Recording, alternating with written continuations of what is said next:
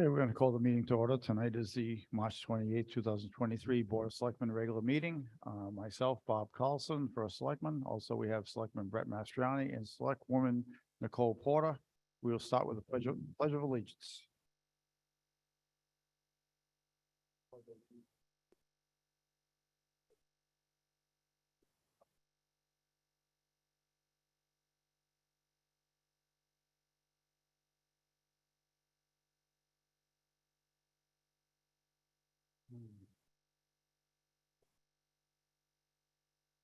Okay, is there any public comment?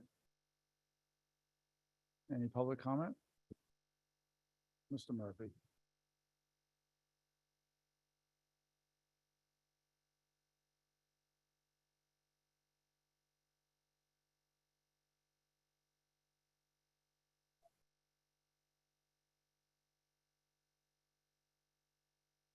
Just wanted to bring it to your attention. Coming here tonight to the meeting, I noticed that Meadowwoods has been trashed by a contractor, I guess, is working along there and has managed to drag mud. And I mean, not all the way down the road and even out onto Mystic Road. That's how bad it is. That it's down on Meadowwood. It's pretty bad, and I don't know if there's any way to get that. Whoever's doing the work to get that cleaned up. Thank you. I'll check that tomorrow, and Alan's here from the highway department, and Donnie will be here a little bit later. So let's look at that tomorrow, Alan, and I'll see where that mud's coming from. So you don't know if it's coming from a home or is it coming from? You know, it is. It's maybe like the fourth or fifth house in, maybe, or maybe the sixth house in. They're doing some work in the backyard and it's completely torn up and dragged all. Just that one, the coming out way. All right, so check that. So maybe we can sweep I it don't know up. how long, what they're doing. I don't know if it's septic or maybe they're putting in a pool. Thank you, Sean. Any other public comment? Hearing none. Any comment by either of the two selectmen? Nothing? Nothing? Okay, a couple of things for you guys. So you might have noticed some orange top stakes. It's just an email from the Wheel Library, I'm sure. You've noticed the orange top stakes at the intersection of Rocky Hollow and Route 2 near the fire station. They're completely doing that intersection over. So I just want you to know that that's the plan. And in case you're asked what's going on at that intersection, now you know. It's there's going to be a push button lights, new crosswalks, enlarge the intersection. Should be starting shortly. Yeah, right turn only lane. So that's I just want to bring that to your attention. En route taking a right towards the rec field. Yes. This is all state. All state, Okay. yes. Alan, you're aware of that, right? Okay. Next, we have Can some. Go ahead. Is there a plan? I'm assuming there's a plan, right? It's in your hand. No, I mean, how we're gonna handle traffic back and forth. Yeah, they always had Okay. that. Yeah, there was a meeting back in January, I believe. It was Okay. January 5th or something. Typically, whenever they are gonna do something large, they have a meeting. I can go or not go depending on what it is. I don't go to a lot. We had one recently in this room on 95 that both Alan and Donnie went to and I went to. That's not starting for a while. All right, we also have this correspondence on the paranormal group that wants to do a film at one of our cemeteries. Here, I thought this was gonna be a boring meeting. The only reason I'm bringing this to your attention is, so Williams Cemetery, which is just before Jonathan and Woods, it's on the left, it's on private property. They're gonna get permission from the people who live at that house, because, they need permission before they can go on there. I talked to Diane Preston from the Cemetery Commission. She's fine with it. We just wanted to make sure that the Board of Selectmen are fine with something like this happening. It's not shouldn't be a big deal, but I wanted you to know about it. Not every day you have paranormal movies being done in our town. There's another movie gonna be coming out of town, but I'll talk about that later, maybe at the next meeting and shortly. All right, that's it. Just one other comment. So tonight might be one of our most aggressive agendas we've had in the year and a half we've been in office. I know I placed the over/under at 2 hours and 15 minutes. I heard that intelligent gamblers are betting on the over. So we'll see how that goes. But I'm expecting to be here to at least 8:45. I told Rod I'll see him in the morning. Okay, good thought. And that's all I have for that. So let's talk about old business. Old business on 6A, the demolition of the one-story 298 Norwich Wesley Road. Something that's been on our agenda for quite a while. We got the word today that the inspection has passed on the metal studding of the wall. They're gonna start as early as tomorrow doing the installation and the Den's glass sheeting. I've already picked out the brick that most closely matches. They gave me 3 options. The one that most closely matches what's on the building already. So once the wall gets the installation and the Den's glass sheeting, they'll start the brick veneer. And then once that's done, they'll come back and do the finish grade, take the fence down, and we're good after they do the hydro seed. So we're finally moving in the right direction again. Any questions on demo? Vacancies and appointments. Some sad news. My administrative assistant is moving on to bigger and better places. She interviewed at another position. She has received that position and she gave us the word last week. She'll be here until April 6th is the last day. And we're gonna miss her because she did a great job. We'll probably post that position sometime next week. We do have a couple of applicants. We haven't really vetted them out yet for the planner's position. If all goes well, we'll be doing interviews next week. I've contacted both the chair of planning and zoning and economic development. They're available to be at the interview. And we're just waiting to hear back from the applicant, whether they can make it or not. So we'll let you know more about that once we get farther into the interview process. Wait, Brett, were you on the interviewing committee before? No, it's No? myself. Okay, It's myself, Christine, Ed Learned, Sam Sharenzia, and Cheryl Savage.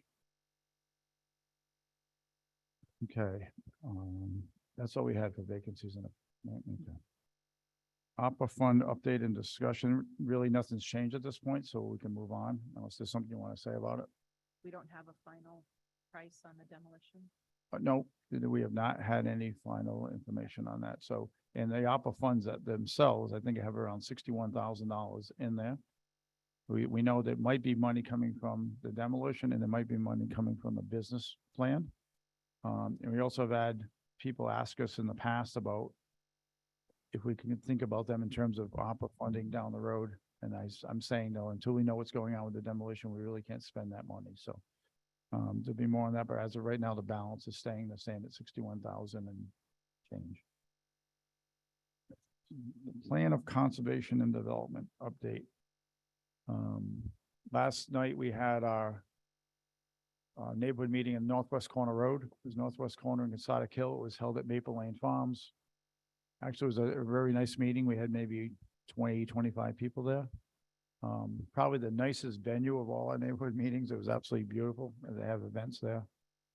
The host was very gracious to let us use it, did not charge the town for the use of the building. And I think that there's a lot of questions, answers, dialogue. And would you say, Nicole and Brett, that it was a successful meeting? Definitely. Perfect. It'll be interesting later as we put all of the meetings together to see the differences in the locations in town as far as wants and requests. Because I thought last night was definitely, there was a common theme with everybody. Thank you. I just got a text from one of our people online that they're having trouble hearing, so make sure we talk into the microphone. And if you're on that microphone, make sure we talk onto that microphone also. So, all right. Next, Lake of Isles Conservation Easement and discussion. I was hoping that Rob Avina would be here, our town attorney. He should be here any minute.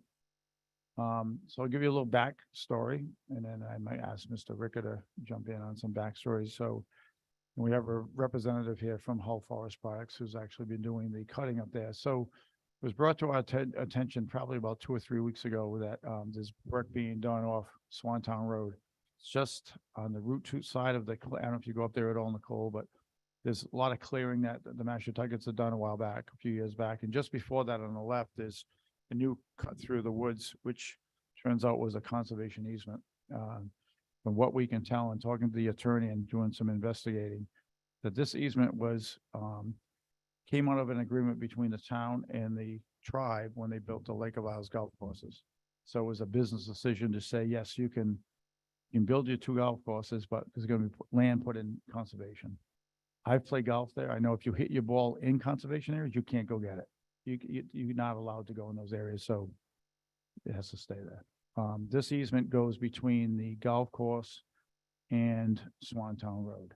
What we could see, it's about 20 feet wide, and goes over some water, so they put a temporary bridge in, goes over a stone wall, and goes about 400 yards into the woods at this point. Those are just estimates. Because it was brought to the attention and Bill went out and walked it, then I walked it with Bill and another member of his Conservation Commission. We felt it best to just stop at this point until we can figure out what's going on. There's not supposed to be any tree cutting at that point. We had a meeting, Conservation Commission had a meeting here last week, I believe it was, maybe it was the week before. And we had Jeremy Whipple, who's from the tribe. We had 2 gentlemen from the NRCS, and we had Chris Cassidy, who's actually doing a lot of the cutting. And we had dialogue between the commission, myself, and the attendees, and just to try to find out where we are.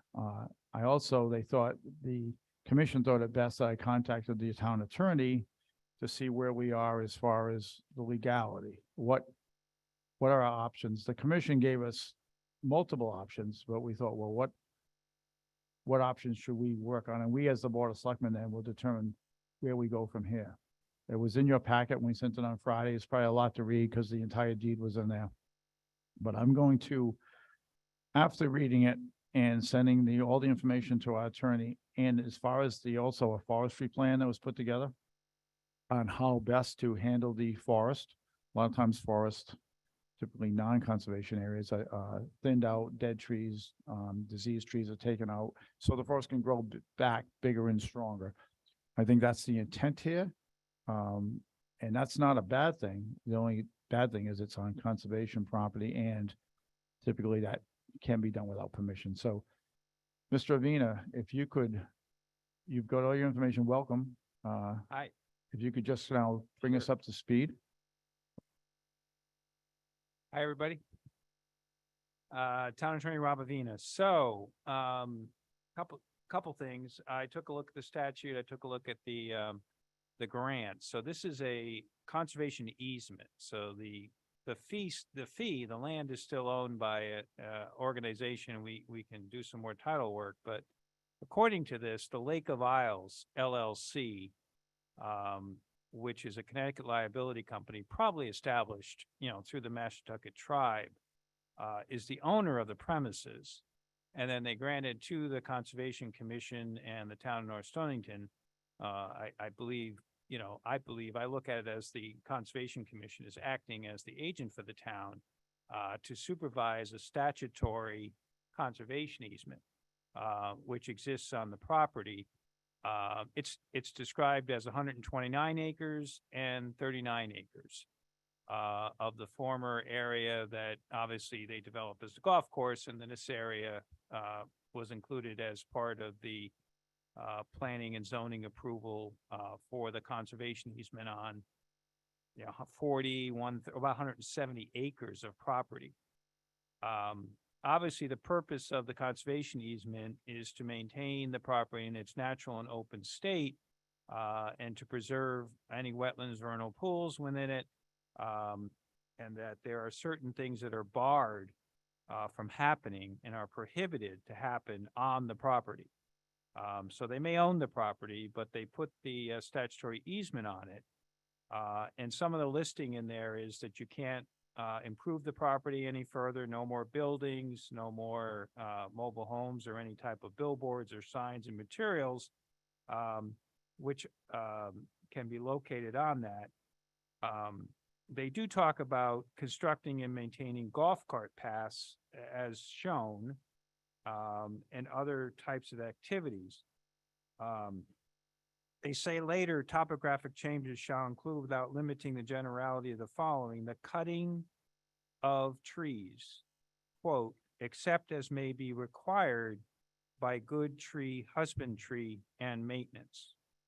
So there is a exception for the cutting of trees, provided it's required, as Bob just said, for good tree husbandry and maintenance. So that language is really the focus of what is within the conservation easement. And what does that mean? So as we go through what happened, it appears to me that they should have gone to the town for permission to have those types of management activities occur within the conservation easement. And I know at one point we can talk about them describing these activities, and we have memos from the Conservation Commission. But that should happen prior to any activity. So now we have the activity occurring, we've asked them to stop, and now we have to determine sort of behind the fact, what is the best plan for the property that the town and the Board of Selectmen and the Conservation Commission could approve of. That may necessarily not be exactly what the landowner wants, or in this case, what the town wants, but I would certainly advocate for some middle ground to come up with an accommodation. The other thing to think about, I think, is that if the amount of activity that's going to occur within the forest is beyond the terms of the easement, which is to maintain good tree husbandry and maintenance, and there's actually, according to this forest management plan, timber sale agreement, then you start thinking about, well, how much timber that's marketable is being taken from the property and being sold. Is that really something that we would have pre-approved of? But now that some of that activity has already occurred, what is the income being received by the landowner from that activity? Perhaps those funds should now be put aside to aid in restoring part of the activity on the property, be it replanting of trees or any of the damage that may have occurred. I also understand there's an access road that's been entered into the property. And I think, again, access roads may not be necessarily barred, but they're normally determined by the conservation easement holder as to the extent of such an access road, its necessity, and what part of it may be beyond the scope of what was needed to maintain the property. And so if that was the case, some of that road should be remediated after the activity is concluded. So I think a dialogue could occur at this point between the town and the Conservation Commission and the landowner as to where the project stands at the moment. The purposes of the project, whether it was to take out trees that are already stressed by gypsy moth or other problems within the forest, and how much of the project was to go after mature trees for their marketability. And once we can determine the extent of the activity, it certainly is within the purview of the town to, in my mind, approve what is appropriate for the property. They would have the last word under the conservation easement. So it's still in that stage, I think, where we can look at the conservation easement and apply it, but still work with the landowner in best management practices to, it's not unheard of. I was talking to Dennis Main the other day, of course, who's the president of Avalonia, and many of their properties, they approve of, proper management activities, be it taking out old trees or opening up areas for nature, other accommodations. So it's not necessarily the act, but it's how it takes place and whether it's appropriate under the easement. So it's a balancing act between the landowner and the town as the easement holder. So that's where I am to this extent. Obviously, the statute is here. It's pretty clear that what was granted to the town is what's called a 4742A conservation easement. It's actually defined within the Connecticut state statutes. It has a provision that if in fact the enforcement of the conservation is necessary, you go ahead and go to court under 47-2B. That's the provision that allows you to enforce these if you can't get an accommodation between the landowner and the town. But I think we're still on the stage of determining that under the language, the cutting of trees, excepting as may be required by good tree husbandry and maintenance, is prohibited, but that clause is accepted by the good tree husbandry and maintenance. And I understand that there is a plan that the landowner is proposing that typically the state forester is involved and approves of that plan. So it's important to know what that plan consists of and try to determine within that clause, what's appropriate. So we're still at that. I know we've done a lot of investigation and inquiry, and now it comes down to, can both sides see their way to what I can help draft up, which would be a mutual agreement for remediation and or repair, and how we can come to a reasonable conclusion to keep the conservation easement's integrity in place, but yet accommodate what is necessary for the maintenance of a good husbandry of a forest. So that's where I got so far. And I'm not sure at that point how the parties have met at that point. All right, so thank you, Rob, for that. Couple things are in play here. One is, for the town to ignore this, the town would be at fault, and we could actually be found at fault in a court, saying that there was a conservation easement in place and we ignored it and we allowed the work to go on.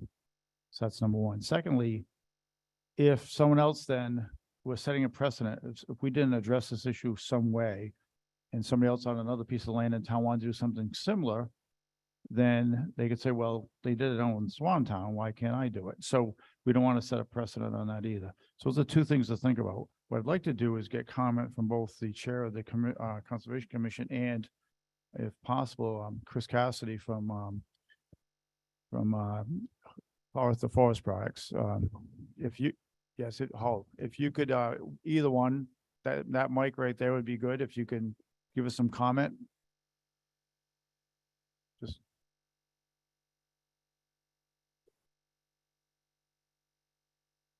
Now we're talking? All right, great. Chris Cassidy, Hull Forest Products. I'm a certified forester with the Connecticut Department of Environmental Protection. And I appreciate you going through that. There was some language that you brought up that we did not have in the original deed revolving around the good forestry and tree husbandry, as it's noted there. So that was great. Where did that's not in the deed that's attached to that lot. Where did that come from? Thank you. 1061, page 0909, which I received through the town. That's the front page of the recorded conservation easement. Okay. The very bottom in subsection C, it says that cutting of trees is one of the generally limited and prohibited activities, except as required by good tree husbandry and maintenance. Great. Yeah, no, it's music to my ears. It's great to hear that. And, I've been doing this for quite some time, since 99, and we've cut plenty of conservation easements, Avalonia property, land trusts and everything. And it was completely my oversight not to read that deed further, knowing full well there was a conservation easement on it. Also, in a little bit of a defense, the town was notified in June of last year of the whole plan. It just didn't go to the right channel. So there we are. That doesn't change anything. But what I do want to point out also is the forest management and how to kind of equate that this is actual tree husbandry as listed in that. The management plan for this property was funded by the NRCS and not drawn by myself. It was drawn by another third-party forester as to not have direct involvement with the sawmill, I believe. And then I came up with a forest activity plan and applied it into the forest by marking in the trees that needed to be removed, which was then approved by the USDA NRCS as, yes, that's exactly what we're talking about. This is the management plan we have for this property. This agreement that you read is part of a huge project that we're doing up there with this conservation easement as a small portion of it. And that's why we had to have a timber sale agreement on the whole project, because there is trees of value there coming out in other parts of the property. When the NRCS steps in with their involvement, that is because it's not a financially viable project on its own, meaning the value of the trees we're removing is not worth the effort of us doing it. We need the NRCS to step in and kick in the extra money to make it worthwhile. Okay. So I guess that's how I could address the fact that this, in fact, is textbook forest management and should fall under maintenance and so on. And I guess the mechanism moving forward that I'd like to see is how do we apply for this, you know, not only with this project that we have ongoing here, but moving forward, if we do have other conservation easements in town that we would be working. So Chris, question? Question? So Chris, going forward, I'm gonna ask Bill the same question. How would you like to see this continue at this point? Right now, we're kind of cease and desist on the easement only. You're still doing other work on other property, correct? Correct. Yeah, we've taken a break there. I'd like to see it move forward as planned. I like the sounds of a mutual agreement with the town. I think, you know, I don't know if the notification and map and the management plan that I've provided now and another discussion needs to be had about what's going on exactly out there. That trail we opened up was there. That was a skid trail used in the past for timber harvesting. I'd like to proceed as plans a little bit with my tail between my legs and apologize to the town saying I wish I applied for this before, but I don't want to make this mistake again. What does the easement look like after you're done? What does the property look like after we're done? You know, it looks like a bomb went off, just like every logging job. I'm not going to pull punches. It's a temporary disturbance, no matter what we do, but it's a calculated disturbance. So there's going to be debris on the ground. The trail is going to be stabilized and seeded down. The invasive species are going to be gone, and we're going to have a flush of new sunlight that's going to reach the forest floor in the small gaps that we made, and a stand of the desired trees that we have left. So we're hoping for a flush of new regeneration and accelerated growth on the timber that we're leaving. On the main road that I walked in with Bill, there's trees all over the place on the ground. Are they still gonna be there when you're done, or those trees get removed? Which would all be removed. Yeah, yeah. We remove everything from the forest that's, you know, about that big and large. The rest of the branches get slashed down to the forest floor and puts that nutrient right back in the site as it rots away. So So So what it is, looks really rough. Logging jobs do. You know, they do. They look rough off the rip, but in a few years that'll green up and be healthy, and we can have some solace that the diseased trees are gone. The ash has been taken out of there, you know, and hopefully. We can so in a few years, I understand that, because pretty much anything will grow back, Yeah. but the day after you leave, what does it look like? Day after, it looks like the logging job is done. Bye-bye. And things, it's not as it looks now, No. so it is cleaned up. Yeah. Is there any replanting that goes through this? I don't know how you guys, Artificial regeneration just does not work in this area. There's no two ways about it. New England and the soils and the trees that we're working with, if we create the right kind of situation in the forest, the natural regeneration is far more than we can deal with. So there won't be any artificial regeneration out there, no, nor will there really be a need to, you know what I'm saying? It'll replant itself very quickly under this kind of management. Any other questions for Chris? and if you're working on the 140 acres we mentioned, right, and that's mapped as to what that's So what, that was another thing. This piece is 54 acres, right? And you gave 2 acreages that didn't jive up with those acreages, so I didn't, yeah, I mean, Bill might have a comment. I mean, I'm reading what, I have not gone through the legal exhibits and actually gone to the maps and try to calculate this, I see.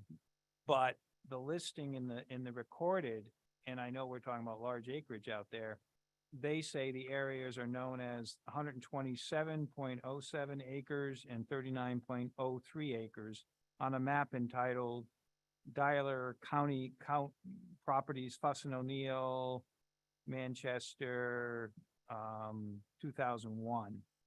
Attached here too is Exhibit A. A standalone lot at 54 acres. I don't,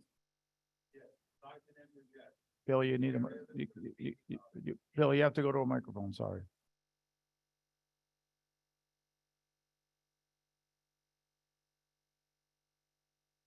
Bill Ricker, Wyasip Road, Chair of the Conservation Commission. The area that we're speaking of, I believe, is parcel 1094 of the 4 or 5 parcels that are mentioned in their document. It's approximately 54 acres and change. It's not the whole area around Lake of Isles, which has several other conservation easements on it. So Bill, don't go far, because I was gonna ask you for comment when Chris gets done, if you don't mind. Chris, anything else for you, or not unless there's anything else I can answer about it. anything? So what I hear you saying is that there were documents that you were not aware of at the beginning of the project. But what I think I'm hearing is that the wood was being taken down for sale in a logging project for profit, or not, but you're getting money for the sale of trees that were not meant to cut down. So I don't think that I'm having trouble making the connection between the wording in the document that I know you may not have had that page, but that's not jiving with me. So it clearly sounds like it is more than just cutting dead wood down and for the maintenance of trees. To me, it just sounds like it was a mistake that it encroached on the conservation easement in a much larger logging project. I understand how you could be confused about that. If the Mashantucket's interest was to generate income from this logging job, it would be a whole different prescription of logging going on out there. But you can't really harvest anything from anybody's property unless you purchase it. So they have a standard list that Hull Forest basically purchased the wood from them on a mill tally basis based on species and grade, firewood size, everything, right? So when X leaves the lot, they get paid that for it. It's called stumpage. That's how all timber sales go. If the income generation aspect was their objective, like I said, it would be a much heavier cut and we would still be here, but I wouldn't have the ground to stand on. This is a silvicultural activity. This is a forest management. You know, if they were going after the money, we would be cutting 85%. And now we're cutting 30, right? So it's not like this is what Hull Forest thinks is a great money-making opportunity, or the Mashantuckets are doing driven by profit. As a matter of fact, they wouldn't have the NRCS involvement to help them with all their other strategies if we didn't do it conscientiously as a forest. Does that make sense? I understand what you're saying. Yeah, well, if it's logging and you're getting paid for the logs, then it's a commercial activity. But if it was driven by money, we would be cutting a lot more wood. That makes sense. Yes, I think- prescription will be different. Not every logging job is different, right? Yeah, I think that I'm understanding that it's not necessarily about the profit you're making, but the reason that they were cut in the first place doesn't seem to abide by the regulation. Long-term. Jeremy said that really clearly at the Conservation Commission. I've been doing a lot of work with these guys for a long time, and they do. You know, it's not like your average landowner down the road where a logger would go and cut every tree 14 inches and larger and get the most money out of it. It looks like a real bomb run off. You know, that's not their objective. They're not looking at this and say, hey, listen, we need 30 grand, go cut some trees, you know? He's looking at this as a farm, we're managing a natural resource, and we want to do this into perpetuity. All right, any other questions? Yeah, can you just, Christine, I don't know if you have this, but what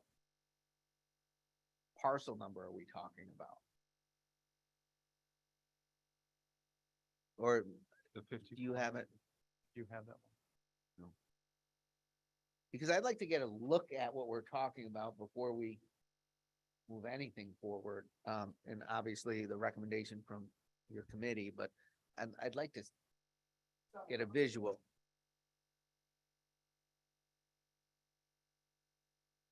I believe it's parcel 1904, or I may have some numbers scrabbled there. There were 4 different parcels.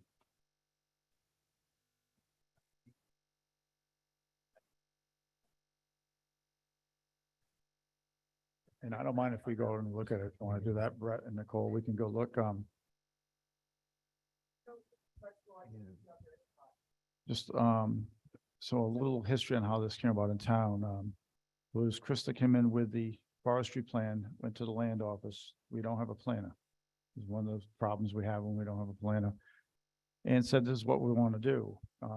Mistakenly, when they were told it was on, when we were told the town was on private property, we typically don't worry about private property unless there's an easement, but that wasn't part of the conversation. So when Chris left, if I've got this right, left in Philly, he was all set with the town, because the town said, we don't really worry too much about private property. And it never went to the town clerk's office. The deed was never really researched to see if it was indeed a conservation easement. So they left town hall thinking they were fine. In reality, they weren't. And I think that there's a combination of errors here. One is the omission by the land office, again, not having a planner, not understanding that, yes, we don't get involved unless there's an easement, and also by the tree cutter, who maybe knew that, hey, if it's conservation, there's got to be more to this. There's got to be part of a deed I'm missing here. When you go into the land on the tree, which is closest to the road that goes in, there's a blue diamond that says conservation easement. So it's not like it's not marked, it's marked. So I think there's, I think we could do, and I want to listen to what Mr. Rick has to say first, but I think as Chris put a boots on the ground walkthrough, sit down with our attorney and find out what makes sense for the town to move forward and think about those 2 consequences I mentioned earlier. So those could come into play down the road. So, So Mr. wait, Brett, it's, maps 68. Yeah. Parcel 0198. So if you- 0198. yeah, so if you right. just search Lake of Isles, it's the. No, I got it right here. here. I got it pulled up, yeah. Okay, So Bill, that's the 50. Thank you, Chris. 56.97 acres.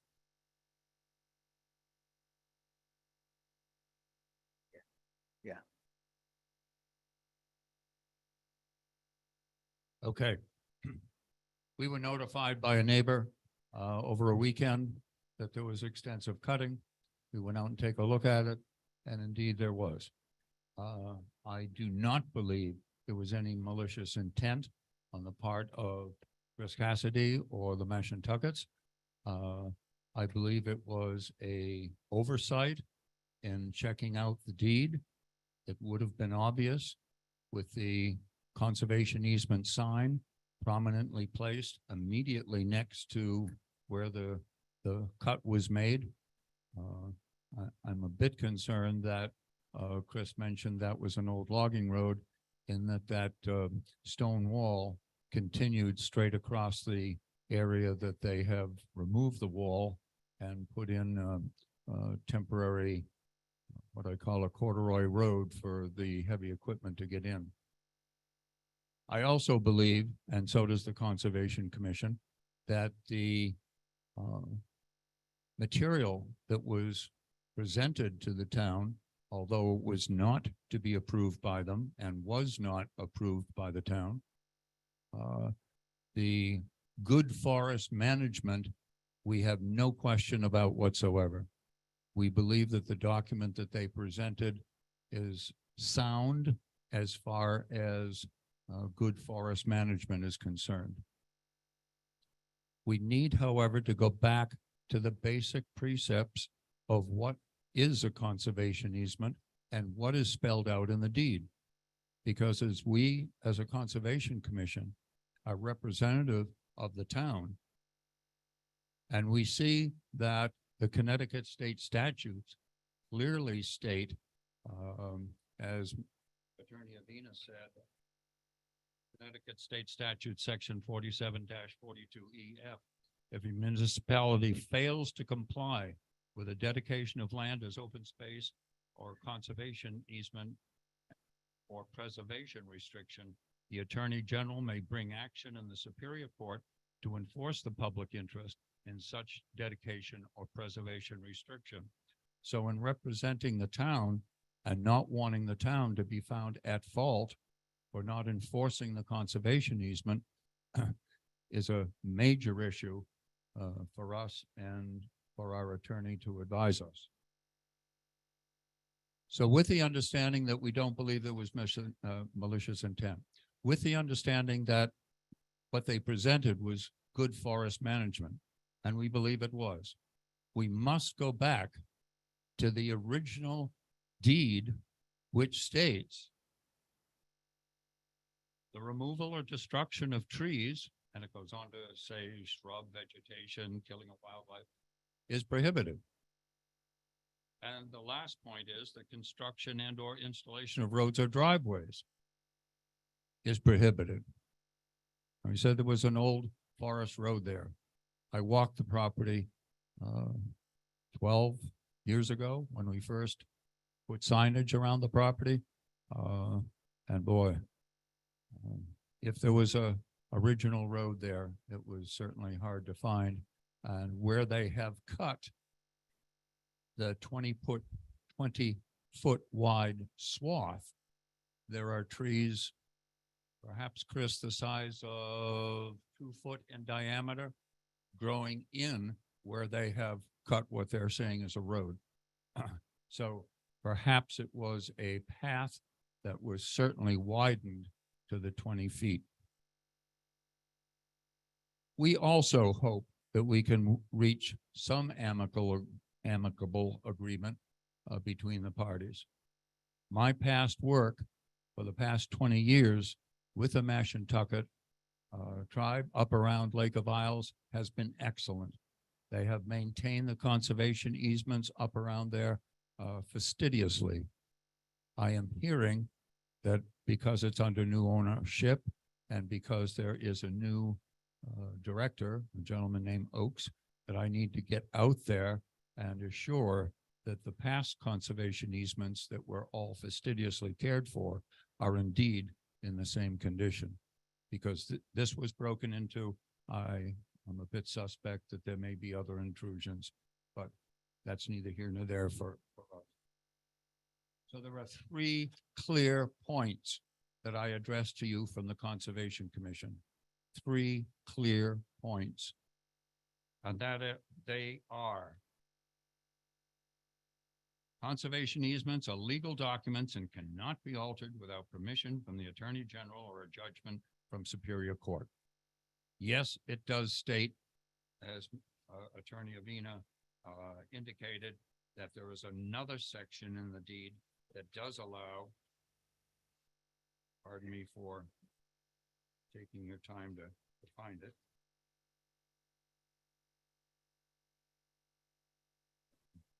It alleges good forest management. He spelled it out earlier. I won't take more time. The second point: conservation easements are given by landowners with the knowledge, trust, and belief that we, the municipality, will assure their wishes are upheld. And if we fail to hold violating parties accountable, it erodes the public trust. And why would anybody want to put their land into a conservation easement if we, the municipality, does not uphold the deed which is recorded in the land records? And lastly, as I spelled out with that Connecticut state statute, that the liability to the town from the Attorney General for not enforcing conservation restrictions can be severe. So I certainly hope that we can work something out between the parties, but we first need a clear statement from our town attorney. We need a clear statement that says that this is not a breach of the deed, or does it need to go through the Attorney General to change the deed.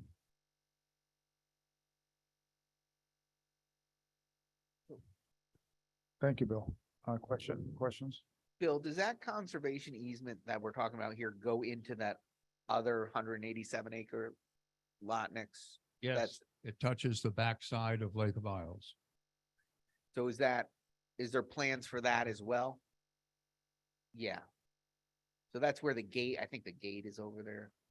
So this is the lot we're talking about here, Yes, This and is, then this is that bigger parcel, I think. where right, the that's gate- not owned by Lake of Isles, that's Mashantucket, there's no conservation easement, and if you go up,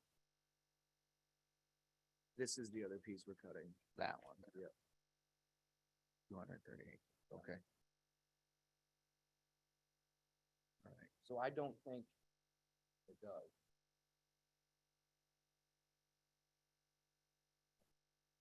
Thank Chris, you. I have a quick question. If this had not been discovered, would there be more continued work in the area of those 54 acres of the conservation easement? If it hadn't come up and you guys had just thought you were doing your job, would there be continued work, or are you essentially done on those 54 acres? Okay, so that for me is an issue in how we move forward, because Chris, can you use the microphone? I'm sorry. I'm not sure if it's at a point now where I need to do some sort of application or presentation or something.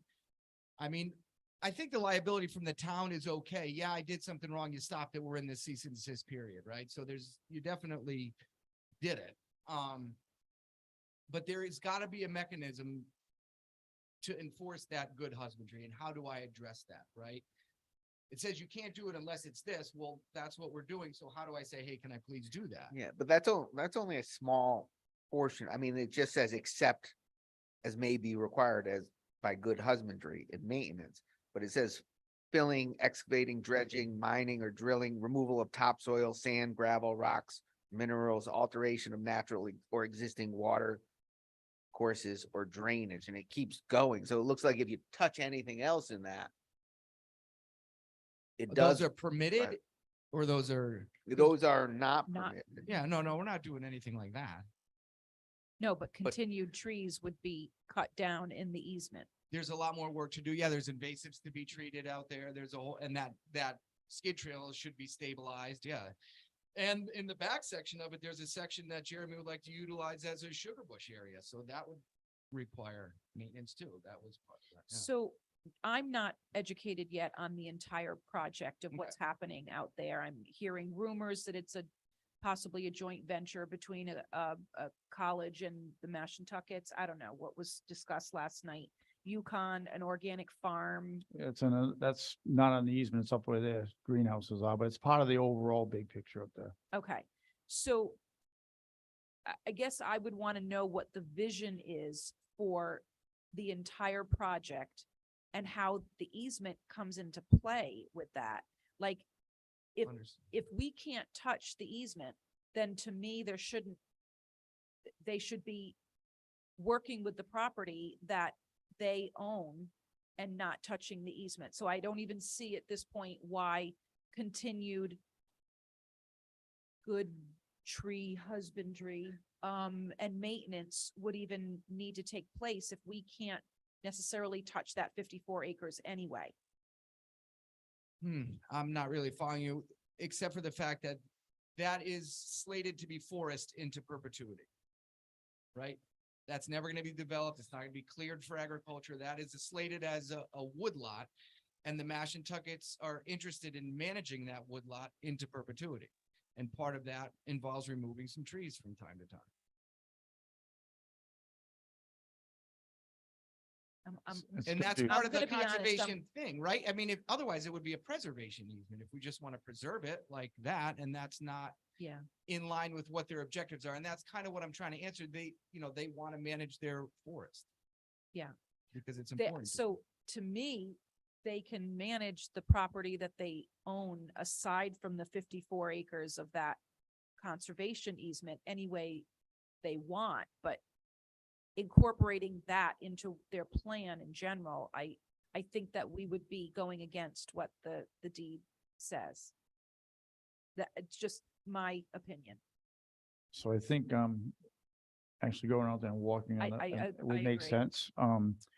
So as Chris just said, there's a preservation easement and there's conservation. Conservation is where you want to renew and make sure that the forest stays healthy for years and years and years. Preserving might be, don't touch it, but it also can grow and actually kill itself over time. So I understand. I think the big fault here was that the work was being done, nobody knew about it, kind of, the neighbor stumbled onto it, let Bill know, who let us know, and now we're here. So how do we go back? I think, putting eyes on it by the selectmen, letting, our attorney Avina, work on some sort of an agreement that we can work out between the conservation, the Mashantuckets and ourselves would make sense. Ultimately, the board of selectmen will decide how to move forward. I think at this point, we should keep the cease and desist on the property until we can come up with an answer. Other work can be done on the other properties, but I think in this particular property, we should stop at this point as we have and try to get something together between now and our next meeting. And at the selectmen's convenience, I'd be glad to go out there and we could walk the property and if Bill or Chris would like to meet us to point out things, that they're more than welcome to. None of us are experts on forestry as far as I know. But we can do that. We can try to arrange for another meeting similar to what we did already, Bill. And get that information back to Attorney Avina unless he wants to put on his hiking boots that day, but anyway, that's where we are. So I don't think we can really come to a conclusion this evening. I think the best thing was to hear all parties and see where we are and then work on something coming up possibly by our next meeting, if that makes sense. Yeah, I think so. And it does, I mean, there is a way of changing this if need be, if that was something that was decided. According to this, the restrictions are in place until, unless the electors of the town of North Stonington in a duly warned town meeting authorize an instrument signed by the first selectman of the town of North Stonington, the chairman of Planning and Zoning Commission of the town of North Stonington, and the chairman of Inland Wetlands and Watercourses Commission of the town of North Stonington, successors to said offices, terminating or modifying said restrictions, indicating my majority approval for said action by all the Board of Selectmen, Planning and Zoning Commission, and Inland Wetlands and Watercourse Commission. If it's filed with the town records. If it makes sense, we could get Wayne Barati to go out with us that day. Would you think that would make sense, Bill? Sure. It's inland wetlands. That would be great. And why don't we set something up for sometime, maybe next week? We'll work around you, Nicole, since I think your schedule is the toughest one to work with. So, and then we can get back to you and give you some options on a couple of days and times and see if it works with you gentlemen. Okay, so why don't we do that at this point? And Mr. Attorney Avina, once we have that information, we'll get it back to you when we can start working on an agreement. No, I agree. I think it's important for you to go out, take a look, and take a walk with Bill and the representatives here, just to get a better sense of what we're looking at, and then take a look at what possibilities we can do for mediation. Again, this is a large area that we need to get a handle on that, it still covers over 170 acres. I know. Yeah, makes me see what the rest of it is. Yeah. Hopefully I didn't cut it already. With a joke. That's a joke. But, I don't have 170 acres in my back pocket. That's a lot of area. So we need to definitely use the GIS and everything to get a really good sense, Bill, of the 50, where the action took place, but to give notice to them that the rest of the 140 odd acres is off limits in accordance with an application I'm going to generate that will probably go to your commission, and then your referral to that application to the Board of Selectmen saying, we have areas of town under conservation. The owner of the land, the fee simple, wants to do the following activities. We reviewed it and bring it here. So we have a procedure that Cheryl is aware of in the town planning office, that we have quite a bit of acreage. Just take this one conservation easement. That's a lot of acreage. I don't think some towns don't have that entire acreage under anything. So we have other acreage under conservation. So you know, we need to locate it so that the owners know this is the procedure. If you're gonna do any of the exceptions about maintaining it and good husbandry. Not that we all know what that is, but with Conservation Commission help, the Attorney General's office, which I'm in contact with more than I want to say, and Gary House, I know how to reach them. I know how to work with them. And I can honestly tell you, they're not ready to rush into court. They want to know that the town of North Stonington, through their town attorney's office, are being responsible stewards for the property. And tonight is a good example of being responsible stewards. We see an issue and we're addressing it. I will be talking to Gary about other issues, but I will inform him that we're on this. And so I'm not particularly concerned about the third-party liability of the state against the town, but I think the town is doing the correct procedures here to be a good steward. You know, things happen, but our job is to react to them. And first go look what happened, see it with your eyeballs, use those magic iPhones, give me some pictures. And then, Bill, if you can help to address with Cheryl or something, the GIS of what the big picture is, you know, how much we've got out there. Rob, when you're talking about the additional acreage, the 148, you're talking about only conservation land, right? So this, just under this one agreement at page 0909, we apparently have 40, 130, like on just about 170 acres under this agreement. Between Lake Lyle and the town. Yes. And I don't know where that is. I mean, It there's a, confused me too, because it didn't list the 56-acre piece. well, it must be, we think, incorporated within that, Bill, like the 170. But it's not adjacent to any of it. That's don't what I know. don't get. Yeah. So I need facts because, you know, can't apply the law without the facts. So we really, and GIS is amazing. So using the GIS instrument and using the exhibits that are attached to this that I did not get sent, I didn't even get the language of the other selectmen.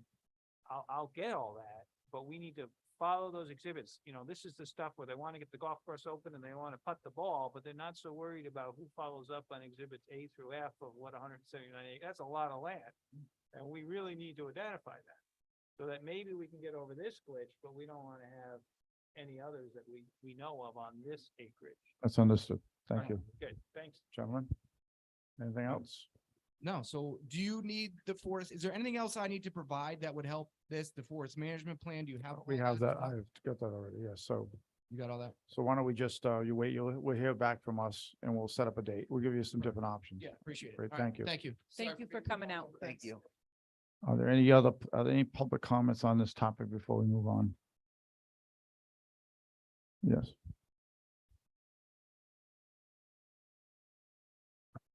So I believe this conservation easement was granted when the golf course was put in place.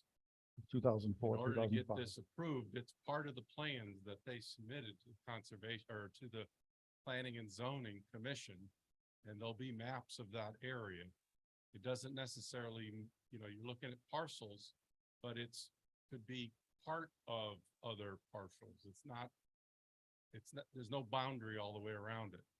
So if you'll look, you know, they're required to give so much, land to the town when they do a development like that.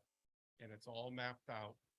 And in those maps that were approved with the Lake of Isles. Yes. Anywhere that it talks about the different end of the page with the mark. Your mic's not on. I don't think. I said it, at the end of that, the copies that we have, it talks about the two separate easement areas in those locations. I guess if you read through that. There. It was an eye chart. Hmm.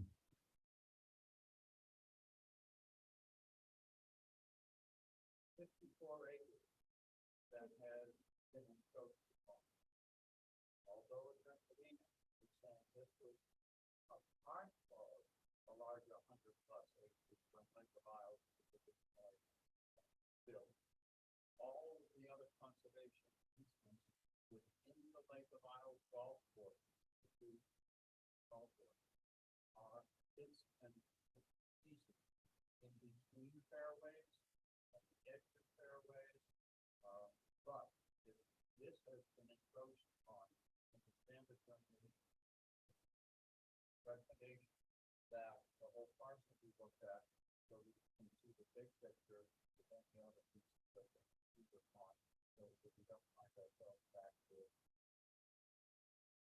Thank you. If no other comment, I want to move on the agenda. Nothing? Okay. Thank you. That ends this portion of our agenda. Let's move on to the transfer station. So we have Don and Alan here to talk to us. Thank you, Attorney Avina. You don't want to hear about the transfer station? So before we get into what Alan and Donnie are here to speak about, which is the actually operations discussion, we touched on at the last meeting. We want to talk a little bit about the bulky waste and transfer station stickers, some of the logistics. You saw the article I wrote for the quarterly, which will be coming out next week, and I did at Brett's suggestion add that some of the logistics will change a bit between now and then, because just we might think of a better way of doing things. The price isn't going to change. The time it's going to go into effect won't change, but there's some discussions about credit card versus no credit card, where to sell the vouchers, how long before we transfer it all back to the transfer station, and so on. And we had a meeting with myself and Christine and Alan and Donnie and Donna and Willie from the transfer station. And Charles was there too, yes. Basically to get some ideas from the people that actually work there, what their thought is about setting up the station. There's some good ideas that came out as far as signage, try to work with traffic to make sure people that don't have a sticker yet go to one side and people that do can go through to the other side, who will be stationed where. So I think it was a good discussion. Some things came up that I didn't think about. One is they want to put get some information out that they can start handing out maybe 5-6 weeks ahead of time to people that can use the transfer station, say, hey, this is what the new rules are going to be like. And now you have 6 weeks before it starts, plus another grace period on top of that we're going to give them. But at least that way, the people that use the station will have knowledge, because typically you use it at least once a month if you use it at all. So I thought that was good. But we looked at I think it was the Preston bulky waste plan, and we thought that would be the best. It's not an expensive plan. I think it was possibly $25 for small trucks, $35 for medium, $75 for large, and $125 for extra large. Doesn't seem unreasonable. Preston's doing it. The neighboring town is doing the same thing. This is until we get to the point where we're either going to scales, which could happen down the road, or we start trucking bulky waste out. But at this point, it seems to be a good starting point. I know Don's and Alan getting information on the scales we have, plus what it would cost to install those. When we install the scales, it creates some other issues that we can talk about down the road. But right now, going to the small, medium, large, extra large truck makes sense. Any thoughts on anything else we discussed?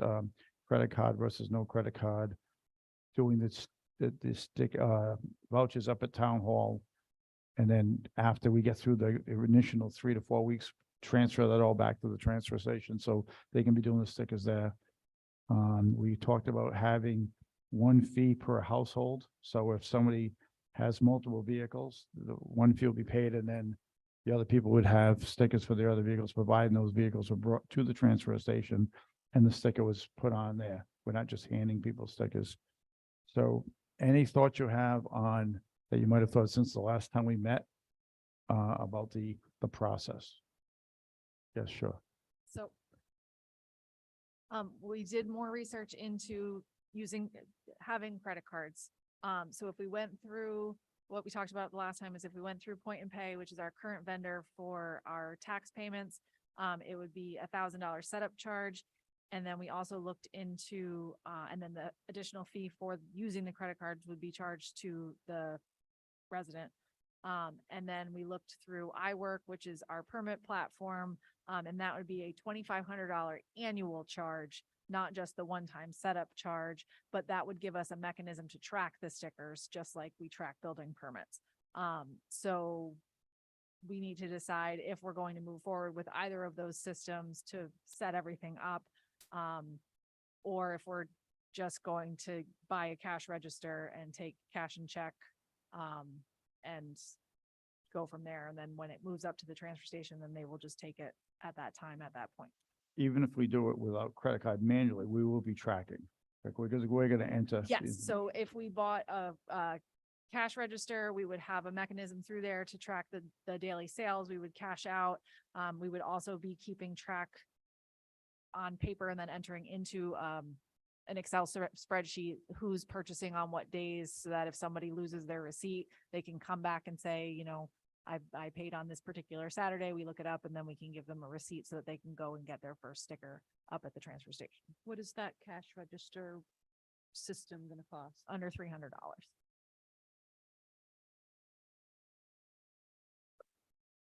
I mean, I like the idea of taking cards. I don't know if we want to look into a different company other than the ones we use, but there are some that are a lot more efficient with no startup fees, that we could look at. I am concerned about, especially in the beginning, just selling them, getting them at town hall. Our hours of town hall aren't the most conducive to some work schedules, or I'd say 50% of work schedules at least. So I'd hate to deter anyone not being able to get a sticker.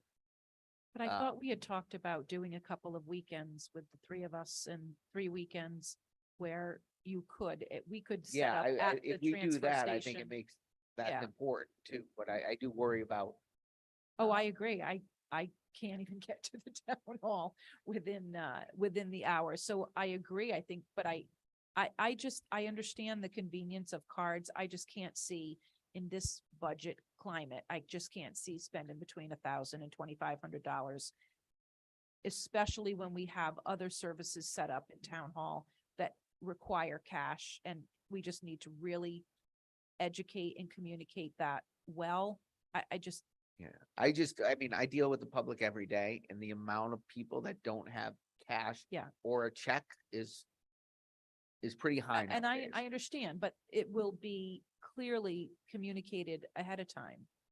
I think if we have that sheet that we pass out 6 weeks ahead of time, 2 people using the transfer station. On top of that, there's 3 weeks of grace period. We do sell on Saturdays. And we're not turning anyone away. So during that grace period, if you show up and you don't have a sticker, we say, okay, the next time you come in, you have to have one. It gives them 6 days out of 7 days per week to get a sticker. And I think in having the information ahead of time, and it's an even $40. So you can go to an ATM and get 2 20s and do it that way too. It's only gets $37.50 or. I mean, we're doing this to try and save money or have more money to deal with the transfer station. I just can't see spending $2,500. No, I don't, the ease I of it. agree. I don't think we should be spending that either. Okay, so we have time on this. I just wanted, as we go through these meetings, just bring this back to our attention, how we want to get this going. Yeah. But I love all the ideas that I've heard as far as the ease of trying to get them, the lines. I love all of that. I'm just not in favor of spending money for the ease No. of credit cards right now. I think we'll, besides the information, having the signage that was suggested by the people at the transfer station, having people go left or right, depending on if they have a sticker or not, if they need one. It just makes sense to try to keep as much commotion away from the transfer station in the early weeks. And then after we get through the initial 800 vehicles, that they're not going to be coming as often. So again, we don't have to have the answer for this evening, but we want to keep touching base until we come up with the plan. See what, you'll see the article come out. We may bring that to the next meeting. We can tweak that and see where we want to change. It'll be a good starting point. But that was taken from all the ideas we've had so far. I'd like to have Donnie and Alan, if they could, at this point, discuss the transfer station operations discussion, which you have in your packet. You'll see there was 4 options.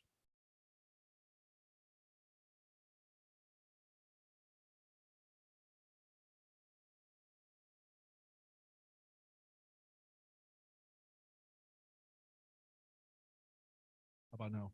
Yes? Okay. So I'm gonna let Alan talk about this. This is all Alan's idea. It's a phenomenal idea. I'm not gonna steal his thunder because this is his, baby.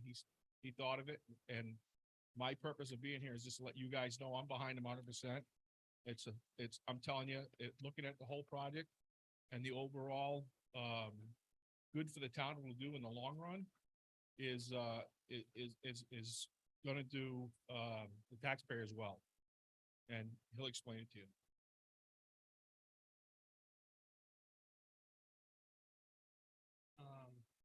Christine, it'd be good if you chimed in on this one with the help of the spreadsheets. So we come up with 4 different ideas for the transfer station. One being the continuing current operation, now with the purchase of a walking floor trailer next year and one in, I think it was 2 years. And with that money put there, we come up with a couple different ideas.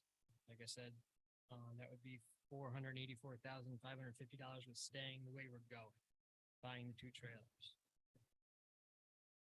So while we were in the middle of putting all this information together, we did get a letter from our, Casella, the hauler that handles the recycling.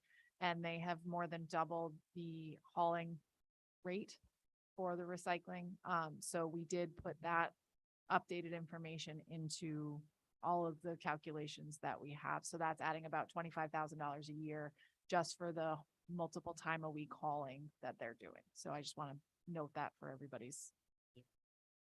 So that also concluded the up of the hauling and still included the rental and the fuel charge. They charge us monthly. Will you get closer? Because I know that you were trouble hearing you last time, so. No problem. So yeah, that was 484,550. With staying where we're going with buying the 2 walking floors and keeping our recyclables the way we are now with using Casella to haul out. The second plan was hold on, I gotta look at where I'm at now. The second one was staying with us with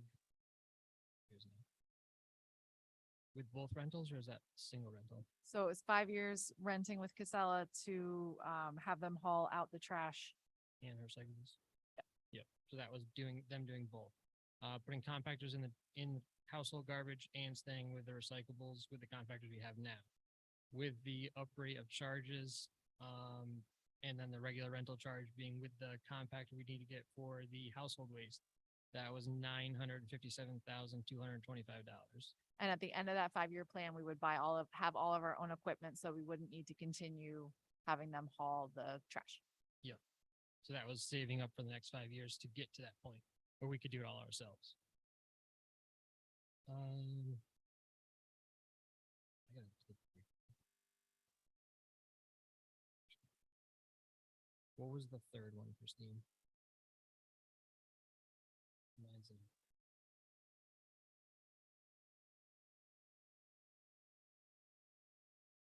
Mhm.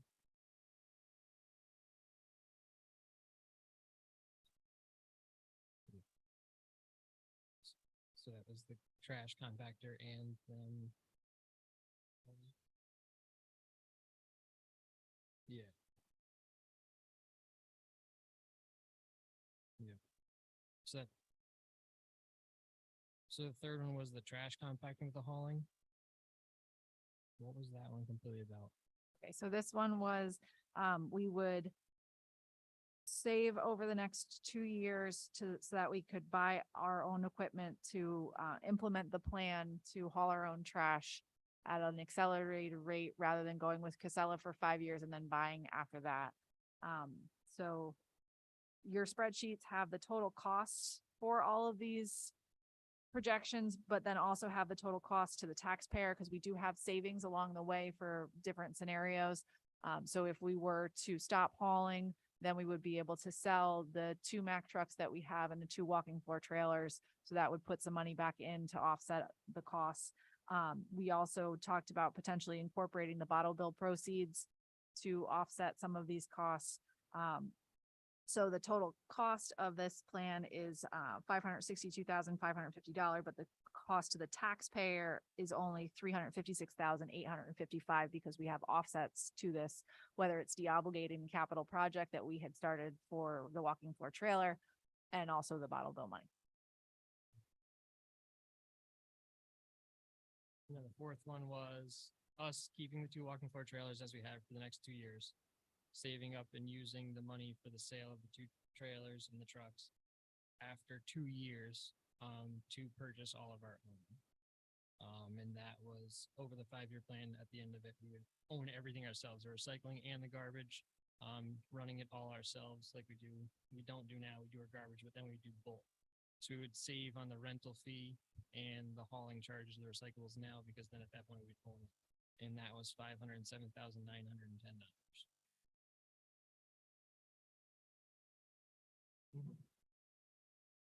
So just to fill you in how this all started, Alan came to me with the idea of doing the compacting and removing our liabilities for these trucks on the road, removing the liability for the maintenance and repairs and replacing the walking floor trailers, and just going with Casella doing it all.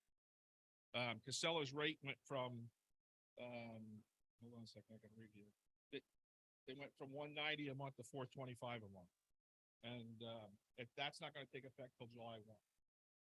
So that changed the whole aspect of them doing all the work, hauling the trash out, and us just running the compactors, changing the compactors out. So then that's when Alan went and started the research, the possibility of us doing it ourselves with a roll-off truck. With the roll-off truck, you're gonna get containers that we'll be doing our own metals. I'm sure he explained this to you before. We'll be doing our own metals. We'll be doing our our own hauling for our recyclables, which will reduce that part of it too. We'll be doing our own hauling for the trash, because we'd have our own compactors and we'd have our own containers. The big plus to this whole thing is that after the bulky waste closes, and it will, it's coming down, it's inevitable. It has a lifespan, and the lifespan's gonna get shorter, and you won't be able to have bulky waste there anymore. We'll already have the tools in place to have the bulky waste, us hauling our own bulky waste out. And right now, bulky waste, to get rid of it, is $125 a ton. That's a lot of money. And you'll have that truck already in place doing this, what it'll be doing with the trash and the recycling, and we'll be saving money there. But it'll also be saving you a lot of money, because we're not gonna be having another hauler come in to haul the bulky waste away. The plus side is we'll also be making money off the metals that we don't get. We get what, 50% now? Yeah, it depends on so for instance, the aluminum, when you have so much metal, steel in aluminum, they put the whole load as a mixed metal load rather than, so it's a lower rate that we get. So in the circumstances where we're hauling ourselves, that would change that whole aspect. We would get more money from the metals going back to the town, where we're getting, like in some cases, 50% here. So the difference between us continuing the way we're going is 484,000. And if we did it, the 2-year plan, which I hope you guys would look, really take a good look at, it's 507,000. In 2 years, you'd have that truck and everything in place that you need to have to follow the plan here, so you're not spending so much money with Casella, and the town's becoming more independent on itself. And don't forget, the cost that's not in here is the liability insurance you pay on those trucks, the maintenance that we pay on those trucks, the trucks and trailers going down the road. Those are out of here also, so that's not in here, which is kind of hard to factor. The reason that we did a 5-year projection with Casella, if we had them haul the trash, was because they require a 5-year agreement. So I know we had the discussion at the last meeting as to if we went with Casella, how long, could we do it for a year or two?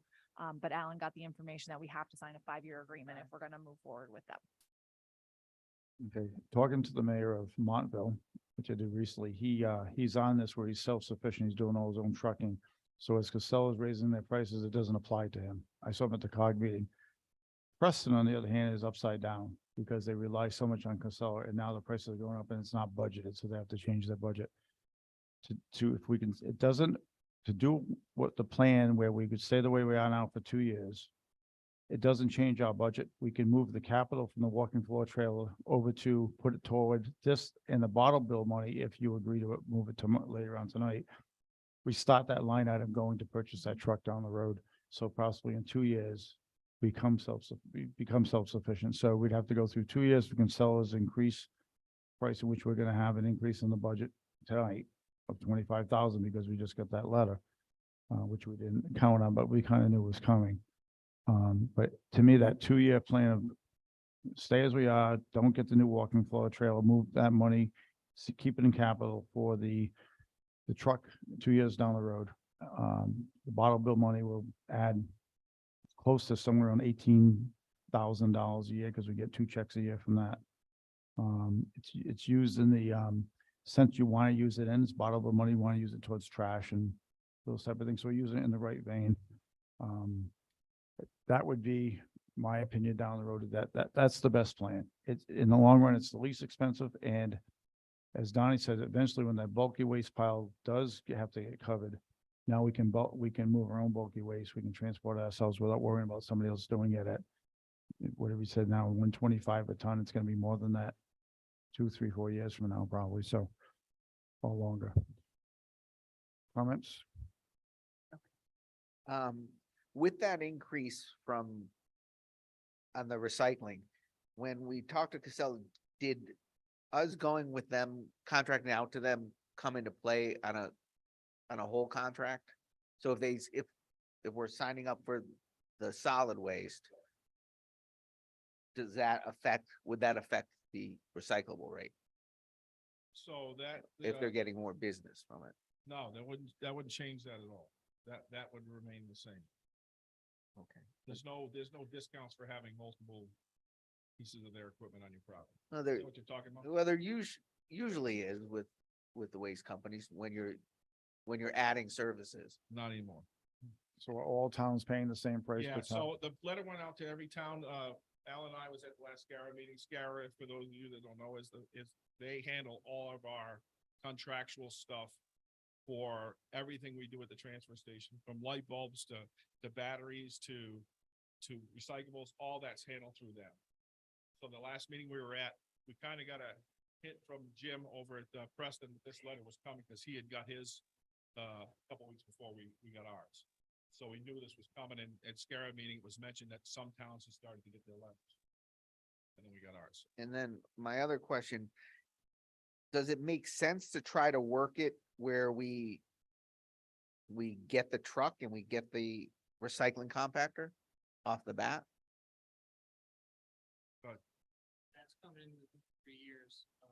That second year, we'd be purchasing hopefully the truck, and then we'd also be getting the 2 compactors, one for the recycle and one for garbage. So then we'd be self-sufficient. 100%. But I'm wondering, does it make sense to try to move that up? If we're doubling our hauling rates If and you we're can- spending that for the next 2 years, If you can, So that's originally what he came to the board for, was to try to do it as quick as we could to start saving some money on just the hauling part of it.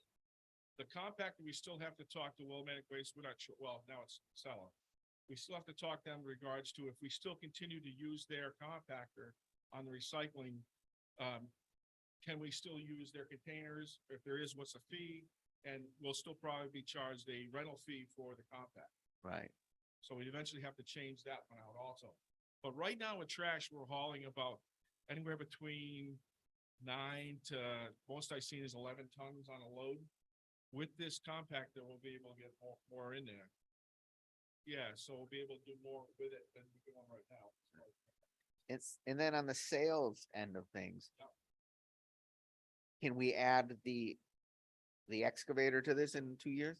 So the excavator is out for several reasons. One, we use it at the fair. I'm sure. you've Right, heard but of there's it. so I did talk to some people from the fair and they said they could use many other types of equipment. They can use a Okay. front end loader, they can use So it's not just backup. that, but we use it for the millings pile, and we also use it for big jobs like we did on Babcock Road when we replaced a pipe out there, a very large pipe. So when we have the bigger jobs, we use the excavator. Smaller jobs, we rent a machine. and we don't have any other excavator in town. We have a backhoe and we have that excavator, that's it. So Brett, the total investment, if we bought all the equipment to haul and the recycling equipment is $381,200 for the two different kinds of compactors, all the containers, the roll-off truck. So it's just a matter of when we think we can feasibly save the money to get all the pieces of equipment. Yeah, I added to that up, but I was just thinking, do we look at getting the recycling compactor and the truck if we can somehow, because our hauling rates are going up so drastically It from would be- it Casella. would be the trash compactor and those containers and then the truck. Because the recycling compactor we already have in place. We'd have to just rent it from Casella if that's what. Right, I just don't know if they allow you to haul their equipment. I don't think most companies don't. They're so big, I mean, they're huge. Casella's a massive company. And I don't know, we'd have to ask them. We haven't done that yet. Thanks. That's all Although I for me. think that's a great idea. I think trying to get that into this year's budget at this $11 would be tough to do. But I do think that we could look at it again next year with the idea that we could do it in 2 years, but maybe move it up a year till next year. But as of right now, seeing what the Board of Finances has challenged us with between now and tomorrow night, I think it'd be tough to go down that route. So the recommendation is this last, Well, I don't think we need to vote on it this evening because the 57,000 for the walking floor trailer, that's staying in the capital anyway, even if we just move it over to the truck, to put money up front towards the truck for down the road. right, but I'm just wondering, their recommendation right now is this last. Yeah, Yes. and that's what I wanted to just clarify. I've been very impressed from day one when you brought us to the transfer station and the highway department and we looked at everything and you have always been a very good steward of the taxpayers' money. So is it your recommendation that the last plan is the way to go? I Yes, mean, I'm sound. behind this plan 100%. I kind of wish I would have thought of this, but I can't take credit away from him. He thought of it. It's a no-brainer. I mean, it gets this other liability of those tractor trailer trucks off the road and puts us in a smaller truck to haul trash back and forth. They're sealed containers, so stuff doesn't go out on the road. You're not leaking stuff on the road. It's just a better way to do business and a smarter. Thank you. And if you look at the big picture's down the road. I'm not looking at, just getting this, and that's all you're gonna do it for. It's down the road that you're gonna need it for the bulky waste pile. And you're also gonna save money or make more money for the taxpayers by hauling our own metals. We won't need hire somebody to come in and do it. And I'd say 50%. It could be even less than that, but we estimated it's about 50% of what we should be get paid. If they take that out plus whatever the little bit of hauling fee they get.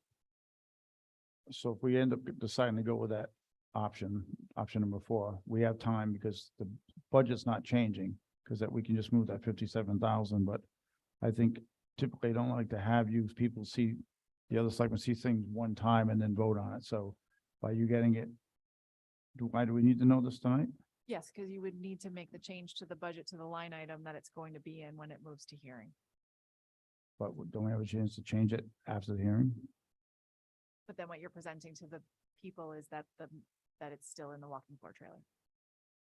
Right, but I we mean- can't move that from walking floor over to the truck line. It's the same dollars. We can't move that line as we're doing after the public hearing without changing dollars. Yeah. Before the town I think meeting. if your board is interested in moving it tonight, it's better to move it tonight. I'd be glad. I've been looking at this for 3 weeks, but they haven't, so. Yeah, I reviewed it last night. Brett, Yeah, are you ready? I'll make a motion to move forward with the trash compactor and hauling with recycling. I'll second. Okay. Discussion?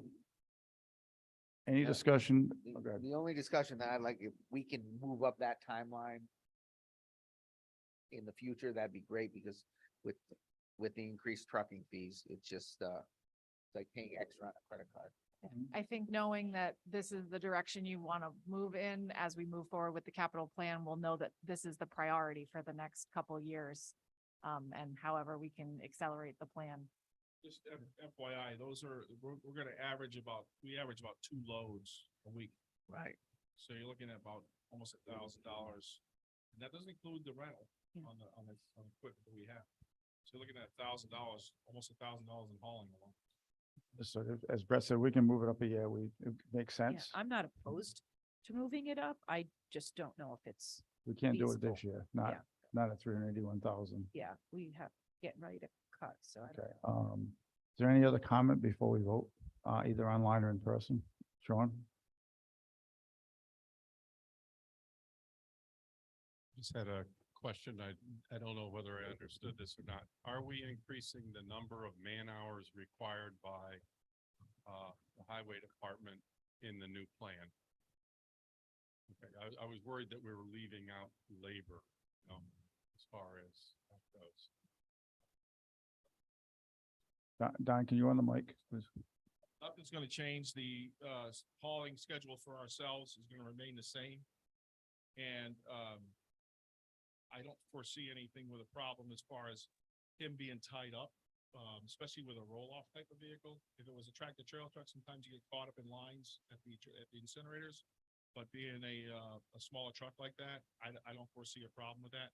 If he does, obviously we would send somebody else up there. We have enough manpower now that I can pull somebody from the highway garage to go up there and work to cover if he got caught up. But I don't foresee any change. Thank you. I would just, even if you're pulling somebody from the highway department, their time that's something else that's not getting done. I would worry about that, but you're saying that it's not necessarily going to be more man hours. And I had another question. Bob, you had mentioned that I should bring it up this evening. I'm not sure when, we got Donnie here. Has to do with the tipping fee, and our private haulers. Is it the private haulers? Is there a larger increase in the tonnage due to in the private hauler numbers versus the town, transfer station numbers? So I get a monthly report from the incinerator, talking about trash, right? We don't get reports on the recycling from the private haulers. We do get reports from the trash that's being burned, and that's the tipping fees. I have not seen a big change in it. Typically, tipping fees go up in as far as weights, go up in the holidays, around the holidays, 4th of July, Thanksgiving and stuff like that. But actually, in some months, it's actually dropped below. I think we were 53 tons less last year in trash than we were the year before. I can double check that. But I believe we were short because at one of the SCARA meetings, they were talking about when they contract to these incinerators, they're mandated by a certain amount of tonnage that has to go there. And I believe the total tonnage was 53 tons below where we're supposed to be. And they actually get a penalty for not having enough tonnage. You can believe that. And Sean, the per ton amount that we're getting charged is going up July 1st. So I don't know if that was what you had heard. Well, what I was getting at, basically, the private hauler turns it in under the town of North Stonington. We pay the bill, and then we turn around and charge the private hauler. Can we charge the private hauler more than we're being charged? If that rate is set by SCARA in their contracts. Typically it was $56 up until I believe we're at 65 now per ton for the private haulers.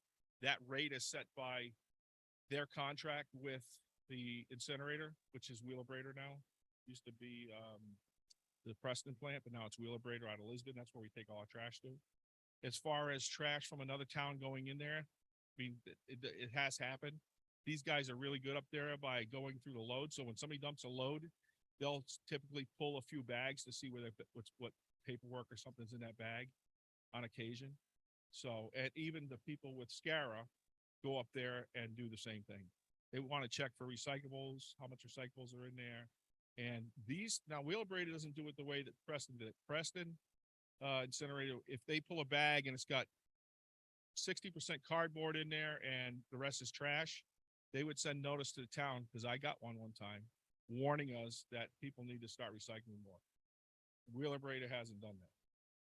But they do check the garbage to make sure that if they don't see something in North Stonington's load that has, a Stonington paperwork in it. But I think Sean's question was, if we're paying $65 a ton, Yeah. can we charge the private haulers $75 a The ton? rate is set by SCARA.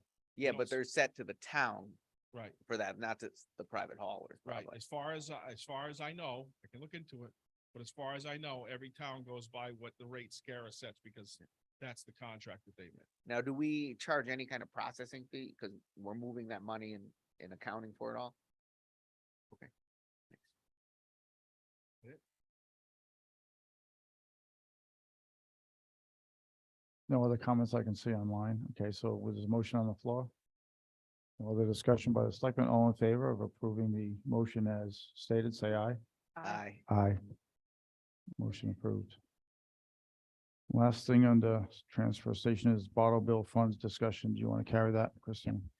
So part of what we incorporated into this plan was to move the $15,695.90 that we have from the fiscal year 22 payment that we received and the payment we received so far this fiscal year into a new capital account, which would be C 2.05 transfer station compactor upgrades. And then I wanted to discuss with you if you wanted to continue to have any future revenue that was received through the bottle bill be contributing to this capital account until the all of the equipment was purchased. So this way, any money that comes in, we will recognize in the budget as a new revenue item, A 5.24 bottle bill proceeds. We'll incorporate that into the budget in our next discussion. And then also already identify where that money is going until we fund this. And then at that point, the Board of Selectmen can decide where future proceeds are going to go from this program. Didn't we already kind of do that when we made that motion to accept this bottom? I just want to Plan. make sure you're all on board. And then when we get to the next one, you have to officially vote on the transfer Okay. request. Because in this scenario, I think it makes sense. In the first scenario where we were keeping things as is, I didn't like adding that revenue in there just because when you look into this, I mean, the bottle bill was used to, I mean, you could use it for that, but it's also to try to improve the environment or pick up trash on the side of the road, or in our situation, I think we also have recycling issues. And if we had a program that we could fund partially through that for recycling to get the word out, even on, composting, because in our solid waste, the heaviest material that goes into those compactors and our containers are food waste. So if we had a program funded through this, I think that'd be great. But I think if we're going the other route now, we don't have any excess funds for that at this point. But I still think we can somehow push that, at least messaging out there now.